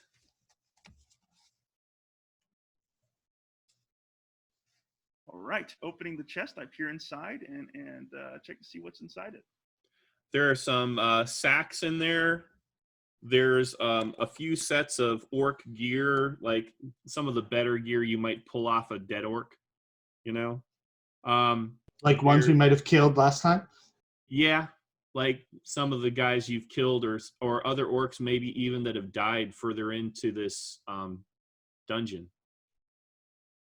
And then there's a very pretty looking white wolf fur, and it's wrapped around something very carefully set inside of this chest, kind of angle to angle to fit it in there. Okay, Gurak removes the wolfskin binding and sees what has been wrapped underneath it. Okay. Do you touch what it is, or you just hold it in the wolf sides? Looks like a scepter. It's like a scepter-shaped thing wrapped in wool. Oh, crap. Right? Yeah, it's like a scepter-shaped thing wrapped in a wolf hide. Do you kind of pull the top of the wolf hide off of it? Yeah, that's what I'd probably naturally do. Okay. You're holding this quite heavy scepter that has a let's see if I can show you the top of it. Oh, crap. It's got this obsidian stone, very smooth, made into the top of it, and a spike that looks like it's made out of mithril. Most of it is made out of mithril. It's covered in runes, and this is the first obviously magical item you've ever held, Gorak. There's this palpable purple mist that spills out of the black stone at the top of it and just sort of forms around your feet. Wow. Well, You can just feel the power coming off of this thing. if it was radiating light and I could hear the sound of angels above me, I would have given it to the paladin. No, you hear more like you do hear a noise. You think you hear a noise for a second, and it's like the throat singing of like 1,000 Tibetan monks, kind of in a. Wow. Oh. Right. It's real Damien Omen stuff, man. Well, I do want to jump onto what Scott put through the chat. Again, beautiful artwork, Edward, and just real. Thanks. Again, the love you give your game world, it's humbling. Great. Okay, so I found this beautiful, menacing, ominous mace within the wolf wrappings. Well, Scott, Do we recognize this as being when we saw the statues in the other room? Is looking like what the Wraith King was holding in one of his hands in one of those statues? You know that he was holding a scepter in one of his statues, but you'd have to go back and actually look at the statue because you weren't in that room very long. Pretty quickly, you were chased out of it by that shadow. I have a bad feeling that this is 1/3 of what is needed to get the Wraith King back into existence. Oh, moly, I hadn't even thought of that, Tom. Didn't Mac tell you that the white druid had sent the orcs in here to find something? Yes, he did. Oh my goodness, you might want to share this with Scott. So, Tom, would you want to relate this legend to Scott? So about 125 years ago, I think Ed told you this at the beginning, there was this Wraith King that ruled in the name of the Necromancer King over this area, and he was defeated by the half-elven queen. But the hedge druids believe that they can gather his 3 magical items. One was a scepter, one was a ring, one was a sword, I think, that they could bring him back to existence. He could take over, sort of like Voldemort, take over another person's body and come back to life. And so that's what we're afraid of, especially since the comet that's supposed to bring the next Necromancer King can arrive at any moment. So it looks like this may be one of the three objects. And there's a statue in the shadow room, the statues that show him absolutely in his three guises holding those three objects. And so that's why I'm thinking maybe this is one of them. Wow, that's wow. Gorak gazes into the depths of this obsidian scepter, and his hands clench around the handle. And he says, "This was made for my soul." But out of character, do you guys mind if I take it? If you don't want to just leave it in the chest and try to avoid. Brock, you've got a role play asking for this thing. That is primo stake level role play. I will not touch such a thing. Brayden says it's best put back in that chest. We need to bring it to the Church of the Everflame or to the Druids of the Ragged Cloak. Gorak turns towards Agnar and points the scepter at him. He says, "I almost was killed in this cavern thanks to you. I'm keeping the scepter. No one is taking it from me unless you want to try, dwarf." Agnar says, "I didn't say anything. What do I care about what you humans do? I'm just here to gather enough wealth so that my fellow dwarves can take back our kingdoms." Ed, do I notice a? I love the role play, by the way. Do I notice a change in character when he says these things? I mean, is there something beyond the awesome RP that he's doing right now? I guess what I'm getting at, do I sense a supernatural, a hellish influence upon him now that he has taken possession of this scepter? You don't feel anything really present right now, but hard to say. Okay, yeah. I don't know him that well. It could just be his boorish, orcish, half-orcish personality, but okay. How should I note this down on my character sheet, Ed? Okay, it's a scepter. It's a mace, and it has a name, Gloom. Cool. Love it. We don't know the name of the mace just yet. We simply know the look of it, correct? Yeah, but go ahead and write that down on your sheet. Okay. Agnar goes back to listening at the double doors while this is All right. going on. Let's see here. It's quiet.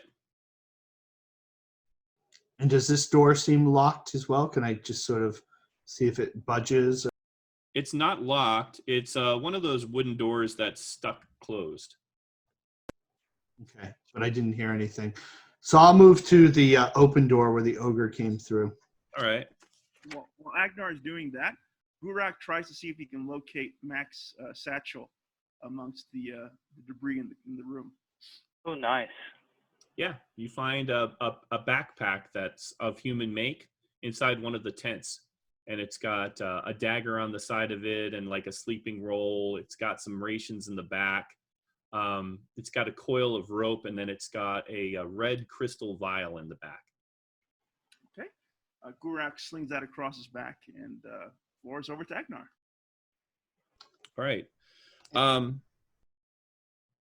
Inside of that room, you see that there once were some large clay pots. Have you guys ever played Skyrim before?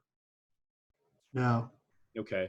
Well, in that game, not that you'd know, but in some of the tombs, they have these really big clay pots that are sort of like funerary pots that sometimes they hold bones and sometimes they've got other things on them. These look they look like they're old kind of like burial pots of some sort, but they've been smashed and gone through. There's some fragments of bone on the ground. Looks like the orcs got in here and pretty much searched this area. Gotcha. Do we see anything that looks like the ogre's bed or anything? Nah, you can tell that it was just kind of hanging out over in one corner. You see a ham hock bone or something over there it had been eating. Gotcha. And how big is this room? This room is only 20 by 20. And no other exits that we can see? Nah. Nope, no exits. You don't notice anything. Okay, so when he has the time, after people do other things, he'll go to that last door. Okay. The last door is another one of those metal doors. And it's got a keyhole in the middle, and it's got kind of a metal ring for opening and closing it. And it's also locked? Yeah, it looks like it's locked.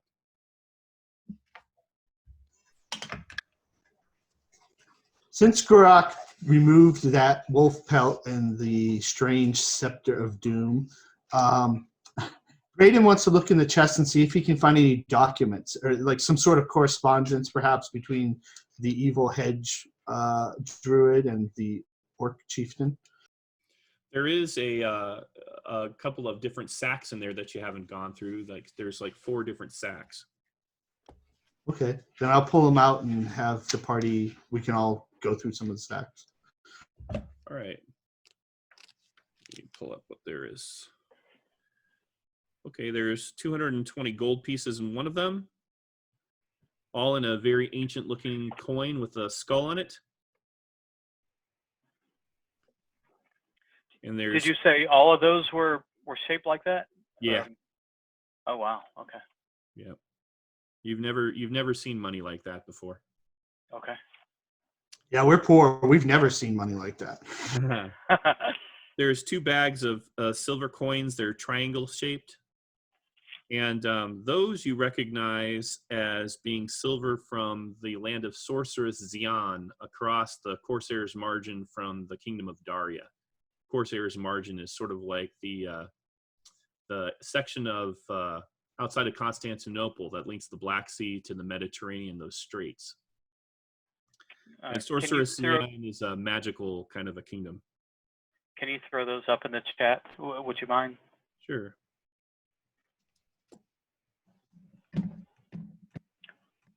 These are 600.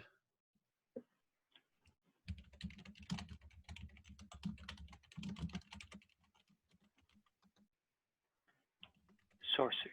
Okay. Great names, huh? Sources, Yeah. very talkative. Triads. Love it.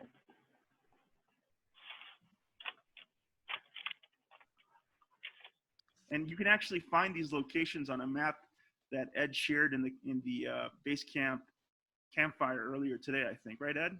Mm-hmm. Yeah, I had fun playing with that. Cool. Zuxin turns towards, how do I say your character's name, Scott? Fenario? Fenario, yes. Fenario. Zuxin turns towards Fenario and says, now that we've dispatched the orcs, do you think it's safe enough to try and attempt the crypt now? When you turn to speak to her, as you've been going through the chest, you see that she's kneeling in the center of the room, kind of her sword point down, resting gently so as not to dull the point of said sword, and her head bowed, and she's muttering some unintelligible mantra. You hear Everflame over and over. Wow, are you praying for the dead that you just slain? Very cool. So Zuxin, She seems oblivious to your question at this point, anyhow. So Gurak, yes, kind of distracted, but it's gold and silver, so eventually you do stoop down and pull one of the last bag out of that chest. You find a rolled up deer hide in there, and the deer hide is just covered in orcish writing. Huh. Okay. But it's written in ink. Like somebody took a stylus of some sort, not an orc, but knew how to write in orcish and wrote quite an elaborate message on that hide. Cool. Rock looks at the hide with a curious expression on his face and holds it out to the rest of the party and asks if anyone can make head or tails of what's written on it. No, but our friend Lothan can. He hands it over to Breeden and says, why don't you pass it over to Lothan? Hopefully he can decipher it for us. Sounds good. And Ed, did you ever tell us how many silver coins were in those 2 bags? Total of 600 silver triads. Yeah. And the I'll go ahead and throw the name up in chat too. You have 220 gold hellers from Necrogarchy of Lang.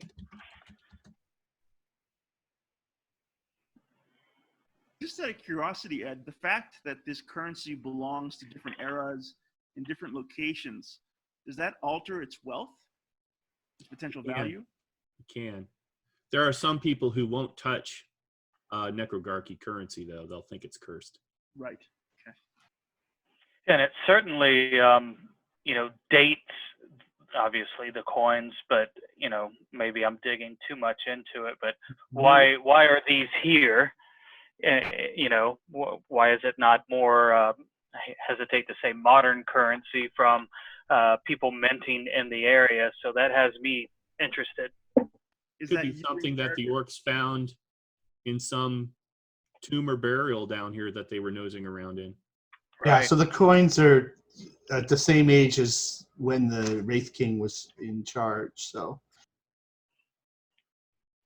Well, the Necrogarchy of Lang is very much still around. It's not a fallen empire, No, it's not. and it's very far away. But the gold coins with the the skull shape, they were definitely, they seemed aged, not seen in. Old. Okay, yeah. So that's something we should, obviously it's worth a lot to us, but also there's a key here. Yeah, very good insight as a player. The fact that there could be much more going on in these caverns than just a rogue hedge druid. There could be another evil empire at the back of this story somehow. Yeah. Well, guys, you have, as far as you know, you have very thoroughly searched the chamber, and you're pretty confident that you've uncovered everything. Okay. Have any of us? I come out of my my time. Has anybody searched for secret doors out of this area? I would like to just spend some time going around, running my hand over seams. If there are any sconces in the wall, just jiggling them. Not here, no. Assists the paladin. Okay. And Agnar reports back what he found with the doors, that the one to the to the west and to the northeast are both these strange locked metal doors that seem out of place compared to all the other doors, but they're locked and we don't have a key. And then the one to the the southeast just seems to be an empty room where there were some things in there, but it's all been smashed by the orcs. And the only door, if we wanted to continue, it seems would be the double doors to the south. Zuxin turns towards the party and says, well, personally, I'm surprised that we're still alive and thankful that we are. Me too. Fenario, if you want to be a hero, now is the time to check on the crypts and see if we can rescue any of the surviving wildlings. I don't think that they have much longer left to them. If we were to leave the caves now, they'd perish. You misjudge me. I wish not to be a hero. I only wish to do what is right. But call it what you will, call it what I will. You are correct. Let us move forward, and swiftly. We have removed the threat from our rear, and let us now try to save these people, or if they are still alive, and if they've already met their end, then, well, there will be a price to be paid for that. Okay. Lead on. All right, so you go back the way you came. You go back to the room with the pool of that sort of like big puddle of water in it. You go to the east, down that east tunnel. Do you guys light your torches? You were going to originally light a bunch of torches. I have to. Yep. We light all the torches, Ed. Yeah, in fact, I'll mark one off since I'm sure it's been an hour. We're all carrying torches. All right, let's figure out how many torches we can light. So Gurak has a torch. He's not going to carry one, but he has one. Zuxin has a torch. I have one. Yep, Braden has one. Oh, and Ed, before we left, I want to just say that Agnar's going to pick up the hand axe that the orc threw at her and keep that Okay, because he uses the hand axe. no problem. So we had 3 torches blazing on the top of the stairs. Yep. Um, You can see these familiar stone steps descending 10 feet, and then beyond that, the roughness of the natural cave starts to give way to obviously more carved and smoothed tunnel. And you know, once you go around the corner, it'll smooth out all the way, and you'll come to the top of the second set of steps. It's very quiet and still down here. You hear nothing. Shall we let the half-orc ply his trade?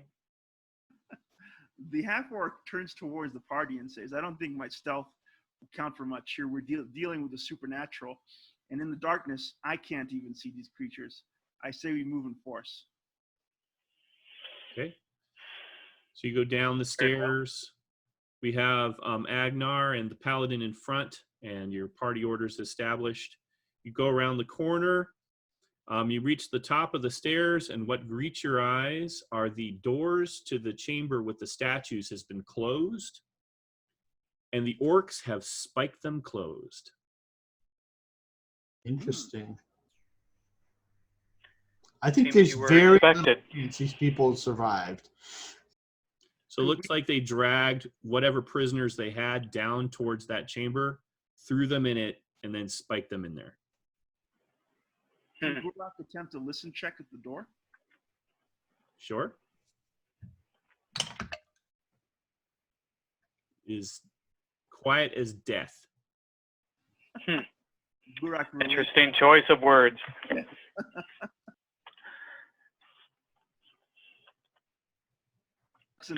turns towards the paladin and says, this is your show. Should we press on further and try to go through those doors? Our choices are twofold. We can move forward and try to rescue them, whether they live or not, or we can walk away and always live in shame. The dwarf says, I'm all for shame. Yeah. Gulak, you not one for heroics, snarls and says, that shadow is the only thing that I haven't been able to kill. I'd like a second chance. You have faced this before? I have indeed. Tell me of this. What can we learn from your previous encounter? That we Gulak, need magical weapons to hit. well, he says, when we first came into these chambers, we were accompanied by other members of the Black Pilgrim. There was Baron Sissifel and a young man named Arnold. They were the ones who first entered the chamber. I was watching their flanks, and from the torchlight, what I recall is one of their shadows came alive, actually came to life and began attacking them. I rushed forward in grief, bit the shadow that I swung at, but it didn't seem to have any effect upon the creature. I stayed and fought and felt my strength drain away, whilst the stunty one ran as fast as his little short legs could carry him back up the stairs. Fight another day. It's wisdom, I tell you, wisdom. Yeah, such is the nature of these things of undeath. I tell you, companions, I cannot walk away from this, though perhaps my death awaits me beyond the other side of this door. Do we have nothing that can bite into the undead flesh of this, the ethereal flesh of this creature? So Braden approaches the paladin and he says, my lady, I do not know what this weapon does, but I do believe it is magic, and you are welcome to use it. And I hand him the sacrificial dagger. Oh, okay. Wow. That's a Can good I- call. Do I get any kind of, feel from this, Mr. Dungeon Master? I mean, is there any, feeling at all? Oh, that's cool. That's what it looks like. It's a happy Dagger. It's kind of a blue-black It's not happy. blade with a necrogarchy of Lang, just like the coin skull on the side of it. It's got a wicked line and snakes coming out of the tops. I hand it back immediately. I cannot. This is no. I can't. Perhaps the Well, dwarf take it. It's either that or the mace that the half-orc took. Okay, Paladin. Ooh. Yes. As you deny the blade and Braden brings it back, all of your torches dim slightly, and you feel like some presence has arrived. Crap! The dwarf's heading back up the stairs. Not around you, but beyond the doors. In the chamber with the statue, with the three statues. Something, you've gotten the attention finally of something, and now it's on the other side of the doors. Braden says, wait a second, let's think about this. If that scepter is truly his scepter, we're bringing it right to the chamber where those statues are. Or is it the dagger? But the dagger isn't one of the three items he needs to come back into existence. Yes, but where did you retrieve this foul thing? On the caves on the other side of the city. From a There's treasure something vault approaches. look like that. That almost killed all of them with a horrible gas trap. So Is this dagger? That wasn't my fault, says the dwarf. I wasn't even there. can Zuxin do a quick knowledge check to see if proximity to this source of evil is what's dimming their torches? You're not sure. That follows. Okay, so Zuxin doesn't make that correlation. Yeah, it makes sense. Okay, Something has arrived. You all felt it. right. It's almost like it's almost sucked the oxygen out of the area you were standing in as it passed you invisibly like a ghost and went into that room. Edward, you're creeping me out, man. Zuxin tells the party that he senses a great power through the door, and I'm not so sure if we're in a position to save the wildlings. I think that we've done what good we can this day.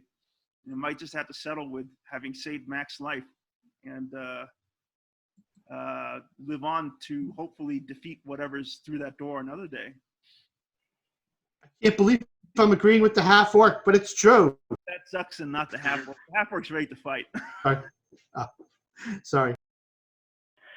I will rummage through my pack. I'll put my shield down just for a moment to rummage through my pack, and I hold another torch up to it. So now I have like my hand that's through the handle of my shield holding one, and then I kind of sister another torch against where I'm holding my sword and hold up the two torches and hopefully make up for the lessening of the light, for lack of a better word. Okay. Man. You seem to be okay for the moment. If there's almost like a pause, like something is holding its breath, waiting for you to make an action. Yeah, you're really freaking me out, man. Light your torches. Light them. Hurak whips out the scepter and says, I'm going to smash whatever's through that door. Yeah. Okay, the dwarf is really running this time. Okay, so Agnar turns and heads at his full 20-foot movement up the stairs. He's on the stairs running for it. All right. Hurak yanks open the doors and gets ready to strike with with gloom. All right. Roll a d6 to force open the doors. Okay. Well, that escalated quickly. I succeed on opening a door from 5 to 6. I roll 3. Okay. You tear up with this great 18 half-orc strength. He is so strong. Incredibly strong. He grabs the side of this door. You see the muscles on the side of his neck kind of stand out. And it's almost like the spikes in the door want to fall out. The door just flings open, and you're staring into this 30 by 30 chamber. There's a statue in an alcove straight ahead, to the left, and to the right. Unlike the last time you were here, there's this purple black mist, like a fog, in the room up to about waist level. And it starts to kind of spill out into the hallway. Ooh. You don't see anything. Like, there's no visible targets, no shadows appear. You do sort of, in the fog, you can kind of make out the dim bodies of 3 humans. Gurak, They're in these agonizing, like, horribly killed in some horrible way when they were spiked into this room, just on the floor, clearly dead. Oh, you're killing me. Gurak is in, like, mid strike when he sees all this and just stops and looks terribly confused. Awesome. I'm gonna wave the torches, like trying to push the purple mist, the purple haze back into the room. What's Braden doing? He has the dagger out and he's swinging it wildly under Kind of in desperate hope that it does something. Okay. Awesome.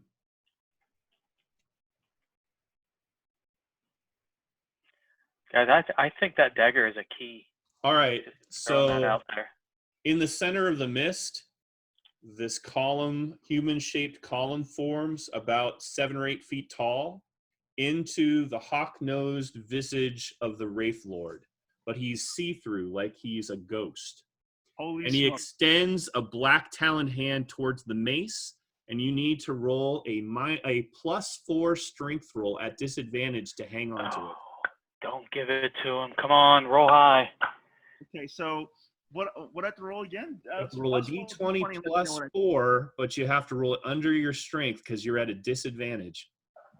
Come on, buddy. I roll a 12. You made it. Hey, you made it. Yeah. All right. So that was its action. Using its surprise action, we'll go into initiative. Scott, you're new. Go ahead and roll initiative for the party. Just a 3. Okay, I got a 5. Yeah. All right. Scott, 4 shadows rise up in a circle around Gorak. Oh, no way. Is he in the room or amongst us? He's amongst you, kind of in the doorway. He was about to go in, but they just come out of the mist that's spilling out of the room. They just rise up around him like wraiths from the freaking Lord of the Rings. Gorak, what's your armor class? IAC. Let me check my sheet. My armor class is Negative 15. 4. 4? Yep. All right. So you were hit once. You were hit twice.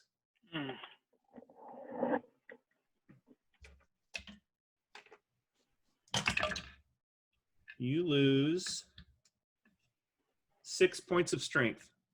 Wow. Okay. I just feel the strength drain away from me. Yep.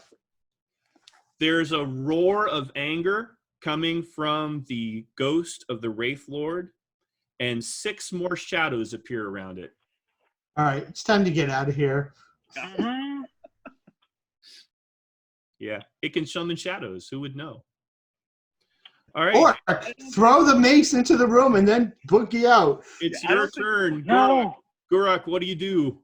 I don't think we're defeating the last boss of the campaign in this encounter. That's what I'm saying. He's going to get it anyway. Just throw it in the room, and hopefully they all Please, run. Run for it. don't give it to him. Don't give it to him. Mace in my hands. Does it feel like it's growing heavier, or is it the same sort of weight as when we walked into the room? It's growing heavier, man. Everything's heavier. Your armor's heavier. The mace is heavier. You just lost 6 points of strength, This is dude. uncharacteristic of Gurak, given how stubborn he usually is. But he spins on his heels and he says, "Run!" to the rest of the party. And you're going to keep the mace? I'm going to keep the mace. Yes. Oh yes. crap! All right, Braden's heading up the stairs. Hopefully, this guy has the same limitations as the shadows too. All right. Are you like running in terror where you are going to get your full moves, but you'll be at -2 armor class? Absolutely. Absolutely. And I yelled for the dwarf to pick it up. All right. So you run past the dwarf who's stuck on the stairs. And Scott, what does Fenariel do? Oh man, I knew you were gonna ask me that. I was hoping you'd just throw me in with the others and I wouldn't have to choose. Scott, run. Nah, I can't flee in terror, but I'm retreating rapidly. But I'm holding. Actually, I've got 2 moved my torches. shield. I'm holding You got 2 my holy torches. symbol. You drop the torches and grab your holy symbol, or No. you keep the torches up? Oh, Damn it! drop 1 torch, grab your holy symbol, and do a defensive retreat. Let him Yeah, decide, because the light might be a key. It might be a key, but I think he nailed what I would do in panic. So I dropped the one that was sistered against my sword hilt, and instead I still have my sword in my hand, but I'm holding up my holy symbol. Obviously I can't get it too far out because the chain's choking me. Shield up. I'm backing back, and I'm calling upon the voice and the Everflame to assist me. But I guess it would be a fighting withdrawal at this point until I see that the others have distanced me, and then that may change. All right, so a fighting withdrawal for you, if you're in plate, Yeah, is 10 feet.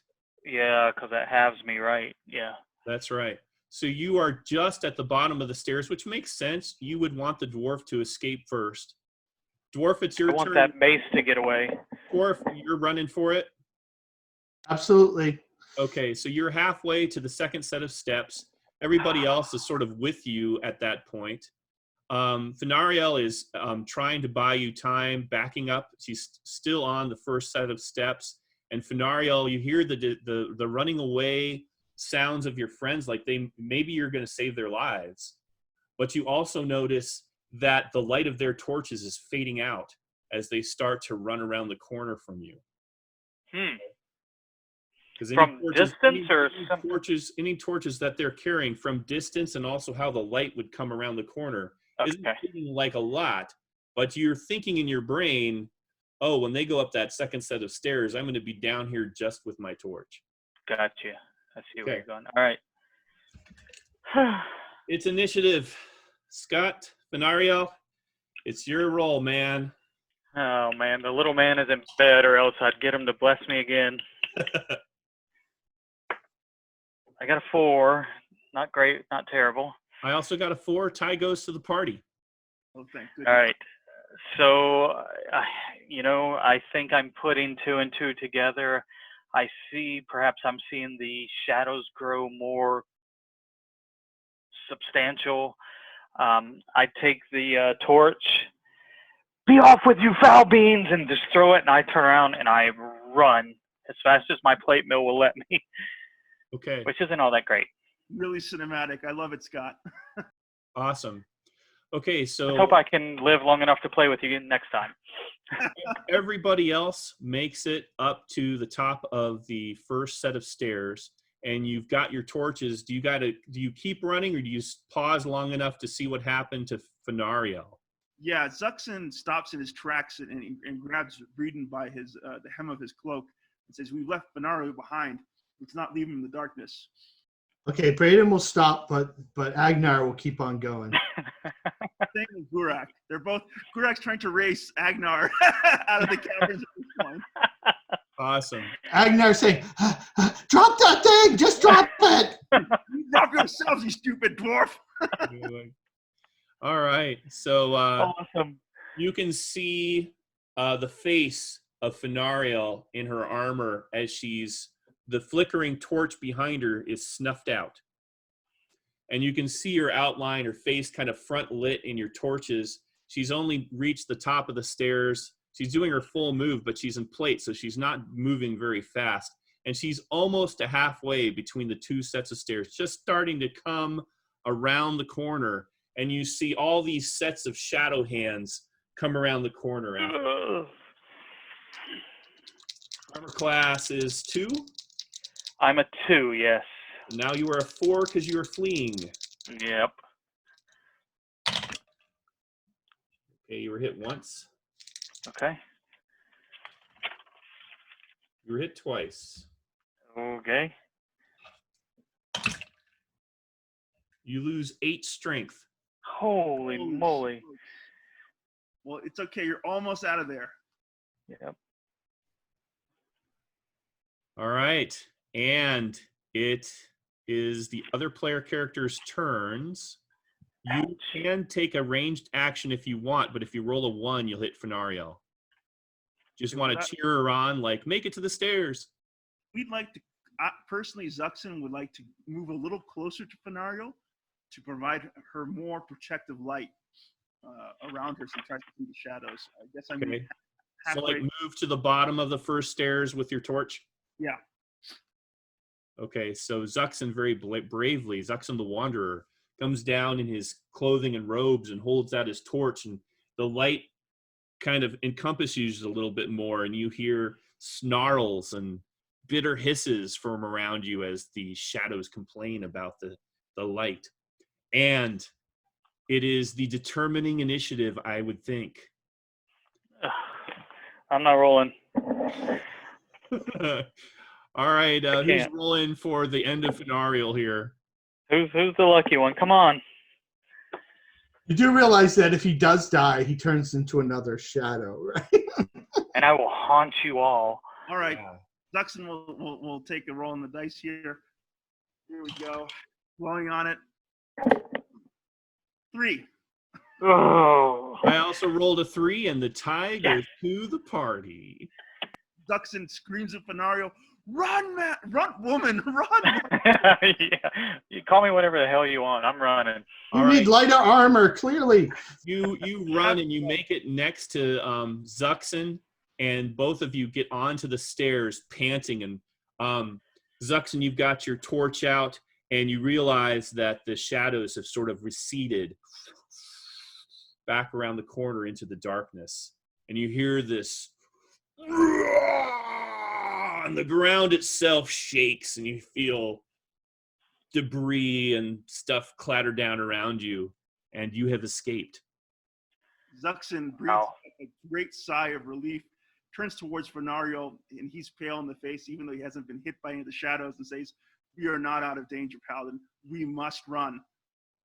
I give Zuxin a big hug first and go, "Let's get out of here." All right, so you guys managed to escape the caves and make it safely back to the inn. With Soren and your guy, right? Yeah. Were we able to recover them? Yeah, it's about time for us to sort of start wrapping up. So wow. You'll give Soren his potion. That actually heals him enough that he can sort of limp his way back to town. And you guys... Kurak invites Mac to join them at the Black Pilgrim. Oh, all right. Yeah, he'll gladly have a drink with you. He says, "You saved my life, friend. I thought I was a dead man for sure." Scott, I gotta say, we've had a couple of sessions, and they all tend to be pretty damn exciting. But this one, you sat in a very special session of the campaign. Dude, that was intense. Edward rocked. I'm not gonna be able to sleep tonight. I'm gonna have nightmares about those shadows. That was too much. Yeah? You had fun? Yeah. Oh, God, man, that was awesome. Exactly what I was hoping for. Awesome. All right. Well, usually Agnar and Braden Tom is very helpful with keeping tallies of treasure. I have all the treasure written down here on this one page, but Tom, do you have a total? Yeah. We have 290. Well, I'm assuming that, well, maybe not. Maybe I'm assuming too much, that we could convert the coins like we did before with the gentleman at the Black Pilgrim. Yeah, do you want to take that money to the money changer guy upstairs and just get it out? Can we save some of those old gold, maybe 20 of those, just save them, just in case they play into the story in the future? Sure, we could do that. So there's five of us, right? So there's 290 gold, 220 of which were the old ones. So how much you want to keep? Well, the Maybe question I was thinking maybe 20. Even if it has to be part of my cut, I would like to save them. Also, I don't know if it would be wise to draw attention to ourselves by changing in this old money unless we absolutely have to. Yeah. Well, we've did it before with this guy. He's pretty on the. Even this ancient coinage, he had no problem. He's not gonna wag his tongue. No. Well, no, I disagree. Actually, I disagree with Tom. We changed coinage before that we looted from another part of the caverns, but that was coinage that was belonged to some sort of merchant guild. Oh, that's true. That's true. You're right. You're right. Wang is an entirely different animal. We don't even know if he can change it out. Why don't we hold on to that 220? I know that's a lot of coin, but maybe we should hang on to it and see if it has more. It could be more valuable to us story-wise than monetarily at this point. Just throwing that out there. With Fenario's reasoning. Do you now I will go ahead and meta game here a little bit. The guy upstairs that's the money changer is a pretty okay guy. He looks a lot like me. That's right. And he will agree to secure that money in his safe. He has a little shop upstairs. He'll lock it up in the safe and just keep it for you. That works. You guys okay with that? I would like to keep 2 on my person, however, 2 of the old gold coins. By the way, I should add, Scott, something that probably hasn't been shared with you, but there's something special about the Black Pilgrim. In terms of the West Marches campaign that Ed runs, he calls it a safe area. But there's more to it than just that. There's some sort of enchantment that protects this area. And it's tied to lore that I can't quite catch on to, some sort of elven queen that had domain over here before. Okay. Lothon's character knows something of it, right, Ed? Yeah. That was the elven queen that pretty much turned the tide of the war, correct? Yeah. Okay. Somewhere when the city was retaken, Lothon had told you that his cousin, who is the Queen Garrod, because he's a half-elf also, bought this inn. And that she's laid some kind of enchantment to protect it and the area around it so that the Pentagarchy mages can't scry on it or mess with her stuff. Okay. And so that's where the, safe area comes from. You can't rob from anybody in the inn. Nobody can rob from you. Okay. Yeah. But perhaps that protection extends even to the powers of the Wraith King. So it's a very important place for us. Yeah, let's hope so. All right. Well, if you guys are okay with me stealing some party treasure, I would like to keep 2 of those old gold coins on me. Okay, so you keep 2 of the 2 old ones, and the other 218 we'll keep in the safe. Okay. And so then we each get 14 gold pieces, 136 silver pieces, and 48 copper pieces. And that's per person? Yeah. Yes. Are we going to pay Soren for his party good duties? point. You want to each kick in 10 silver pieces or something? I'm cool with that. Okay. So then All he right. gets 50 silver pieces, and And so we each get 126 silver 126. pieces. Gotcha. Yeah, let's keep him in our good graces and on our payroll. He may prove useful also. True, but we have sort of a dubious reputation. Our last torchbearer didn't do too well. Maybe we should throw him 20 each then. So it was 14 gold pieces, 126 silver pieces, and what else? 48 copper pieces. Oh, okay, thanks, Tom. I'm assuming we're changing the silver ones, right, Ed? We could do that? Yeah. The ones from the sorcerer's place? Yeah, you can. That's 48 copper pieces, right? Yep. Nice. And then we also have the rolled up scroll that somebody is going to keep. Right. So we have the Orcish writing that we only have one person, I think, that speaks Orcish that I I gave know it of. to Greedon's character, so Right. Tom And Okay. has it. yeah, and he's going to give it to Lothan, who's the half elf. And I don't know if does the elf speak. He must speak Orcish too, right? I don't know. I know that Lothon does. Yeah. What about the gourd, the Orcish potion bottle, for lack of a better description? Who has that? For potions, I typically will go ahead and identify them for you since we usually go out of game for a few days. Okay. And you have so many player characters and resources. Some of the other player characters are actual members of the Pentagarchy, and they can take stuff across the street and get it identified and stuff. So that is a potion of healing, which does 2d8 plus 4. Nice. Well, considering this is Scott's first game, Tom, what do you think about letting Scott hang on to the healing potion? Yeah, I'm fine with that. Oh no, I'm giving it to Garuk. This is orcish make. I want no part of it. I think it probably tastes like liquor. You got slapped. All right, Gurak takes a look at the healing potion and smirks. Says, I have no use for this. I don't fight on the front lines. Agnar, as much as I hate to do this, you take it.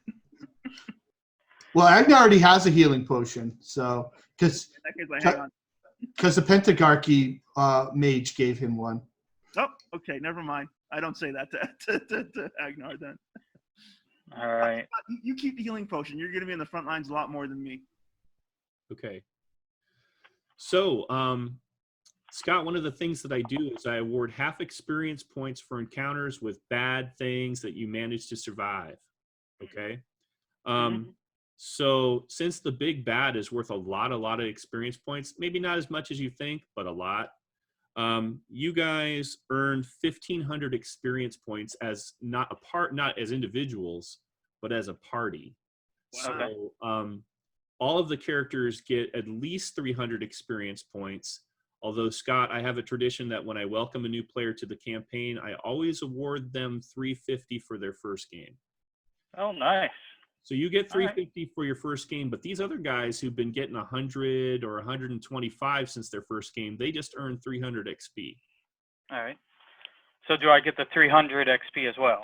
No. In addition to just 350? 350. And if we had exceeded 350, why you would have gotten the higher of the two amounts. But the 350 is like a welcome amount. That's a lot for a BX adventure. Yeah, no way. I'll take it. I'll tell you right now that we haven't had, past our first adventure, we haven't neared anywhere close to 300. So this is a big experience haul for us. Nice. Just out of curiosity, level-wise, where is everybody else? First. Everyone's still first. Yeah, okay. We're in our 5th game and still on first level because, That sounds about right. I'm now in striking distance of 2nd level Gurak. Wow. Nice. Wow. Yeah, it's too bad Steve didn't show up. If he was playing Baron Sissy Fell with only 1,200 to get to 2nd level, he'd probably be pretty close too. All right, guys. Good. Well, any kibitzing you want to do? I'm going to go ahead and turn off the recording. So thanks for watching, everybody. I'm going to turn off the recording and then say goodnight to everybody. Go ahead and subscribe to the YouTube channel. We need subscribers and like it. Okay, sure. All that kind of stuff. And we'll see you. You will see the watchers, the viewers, in the next game.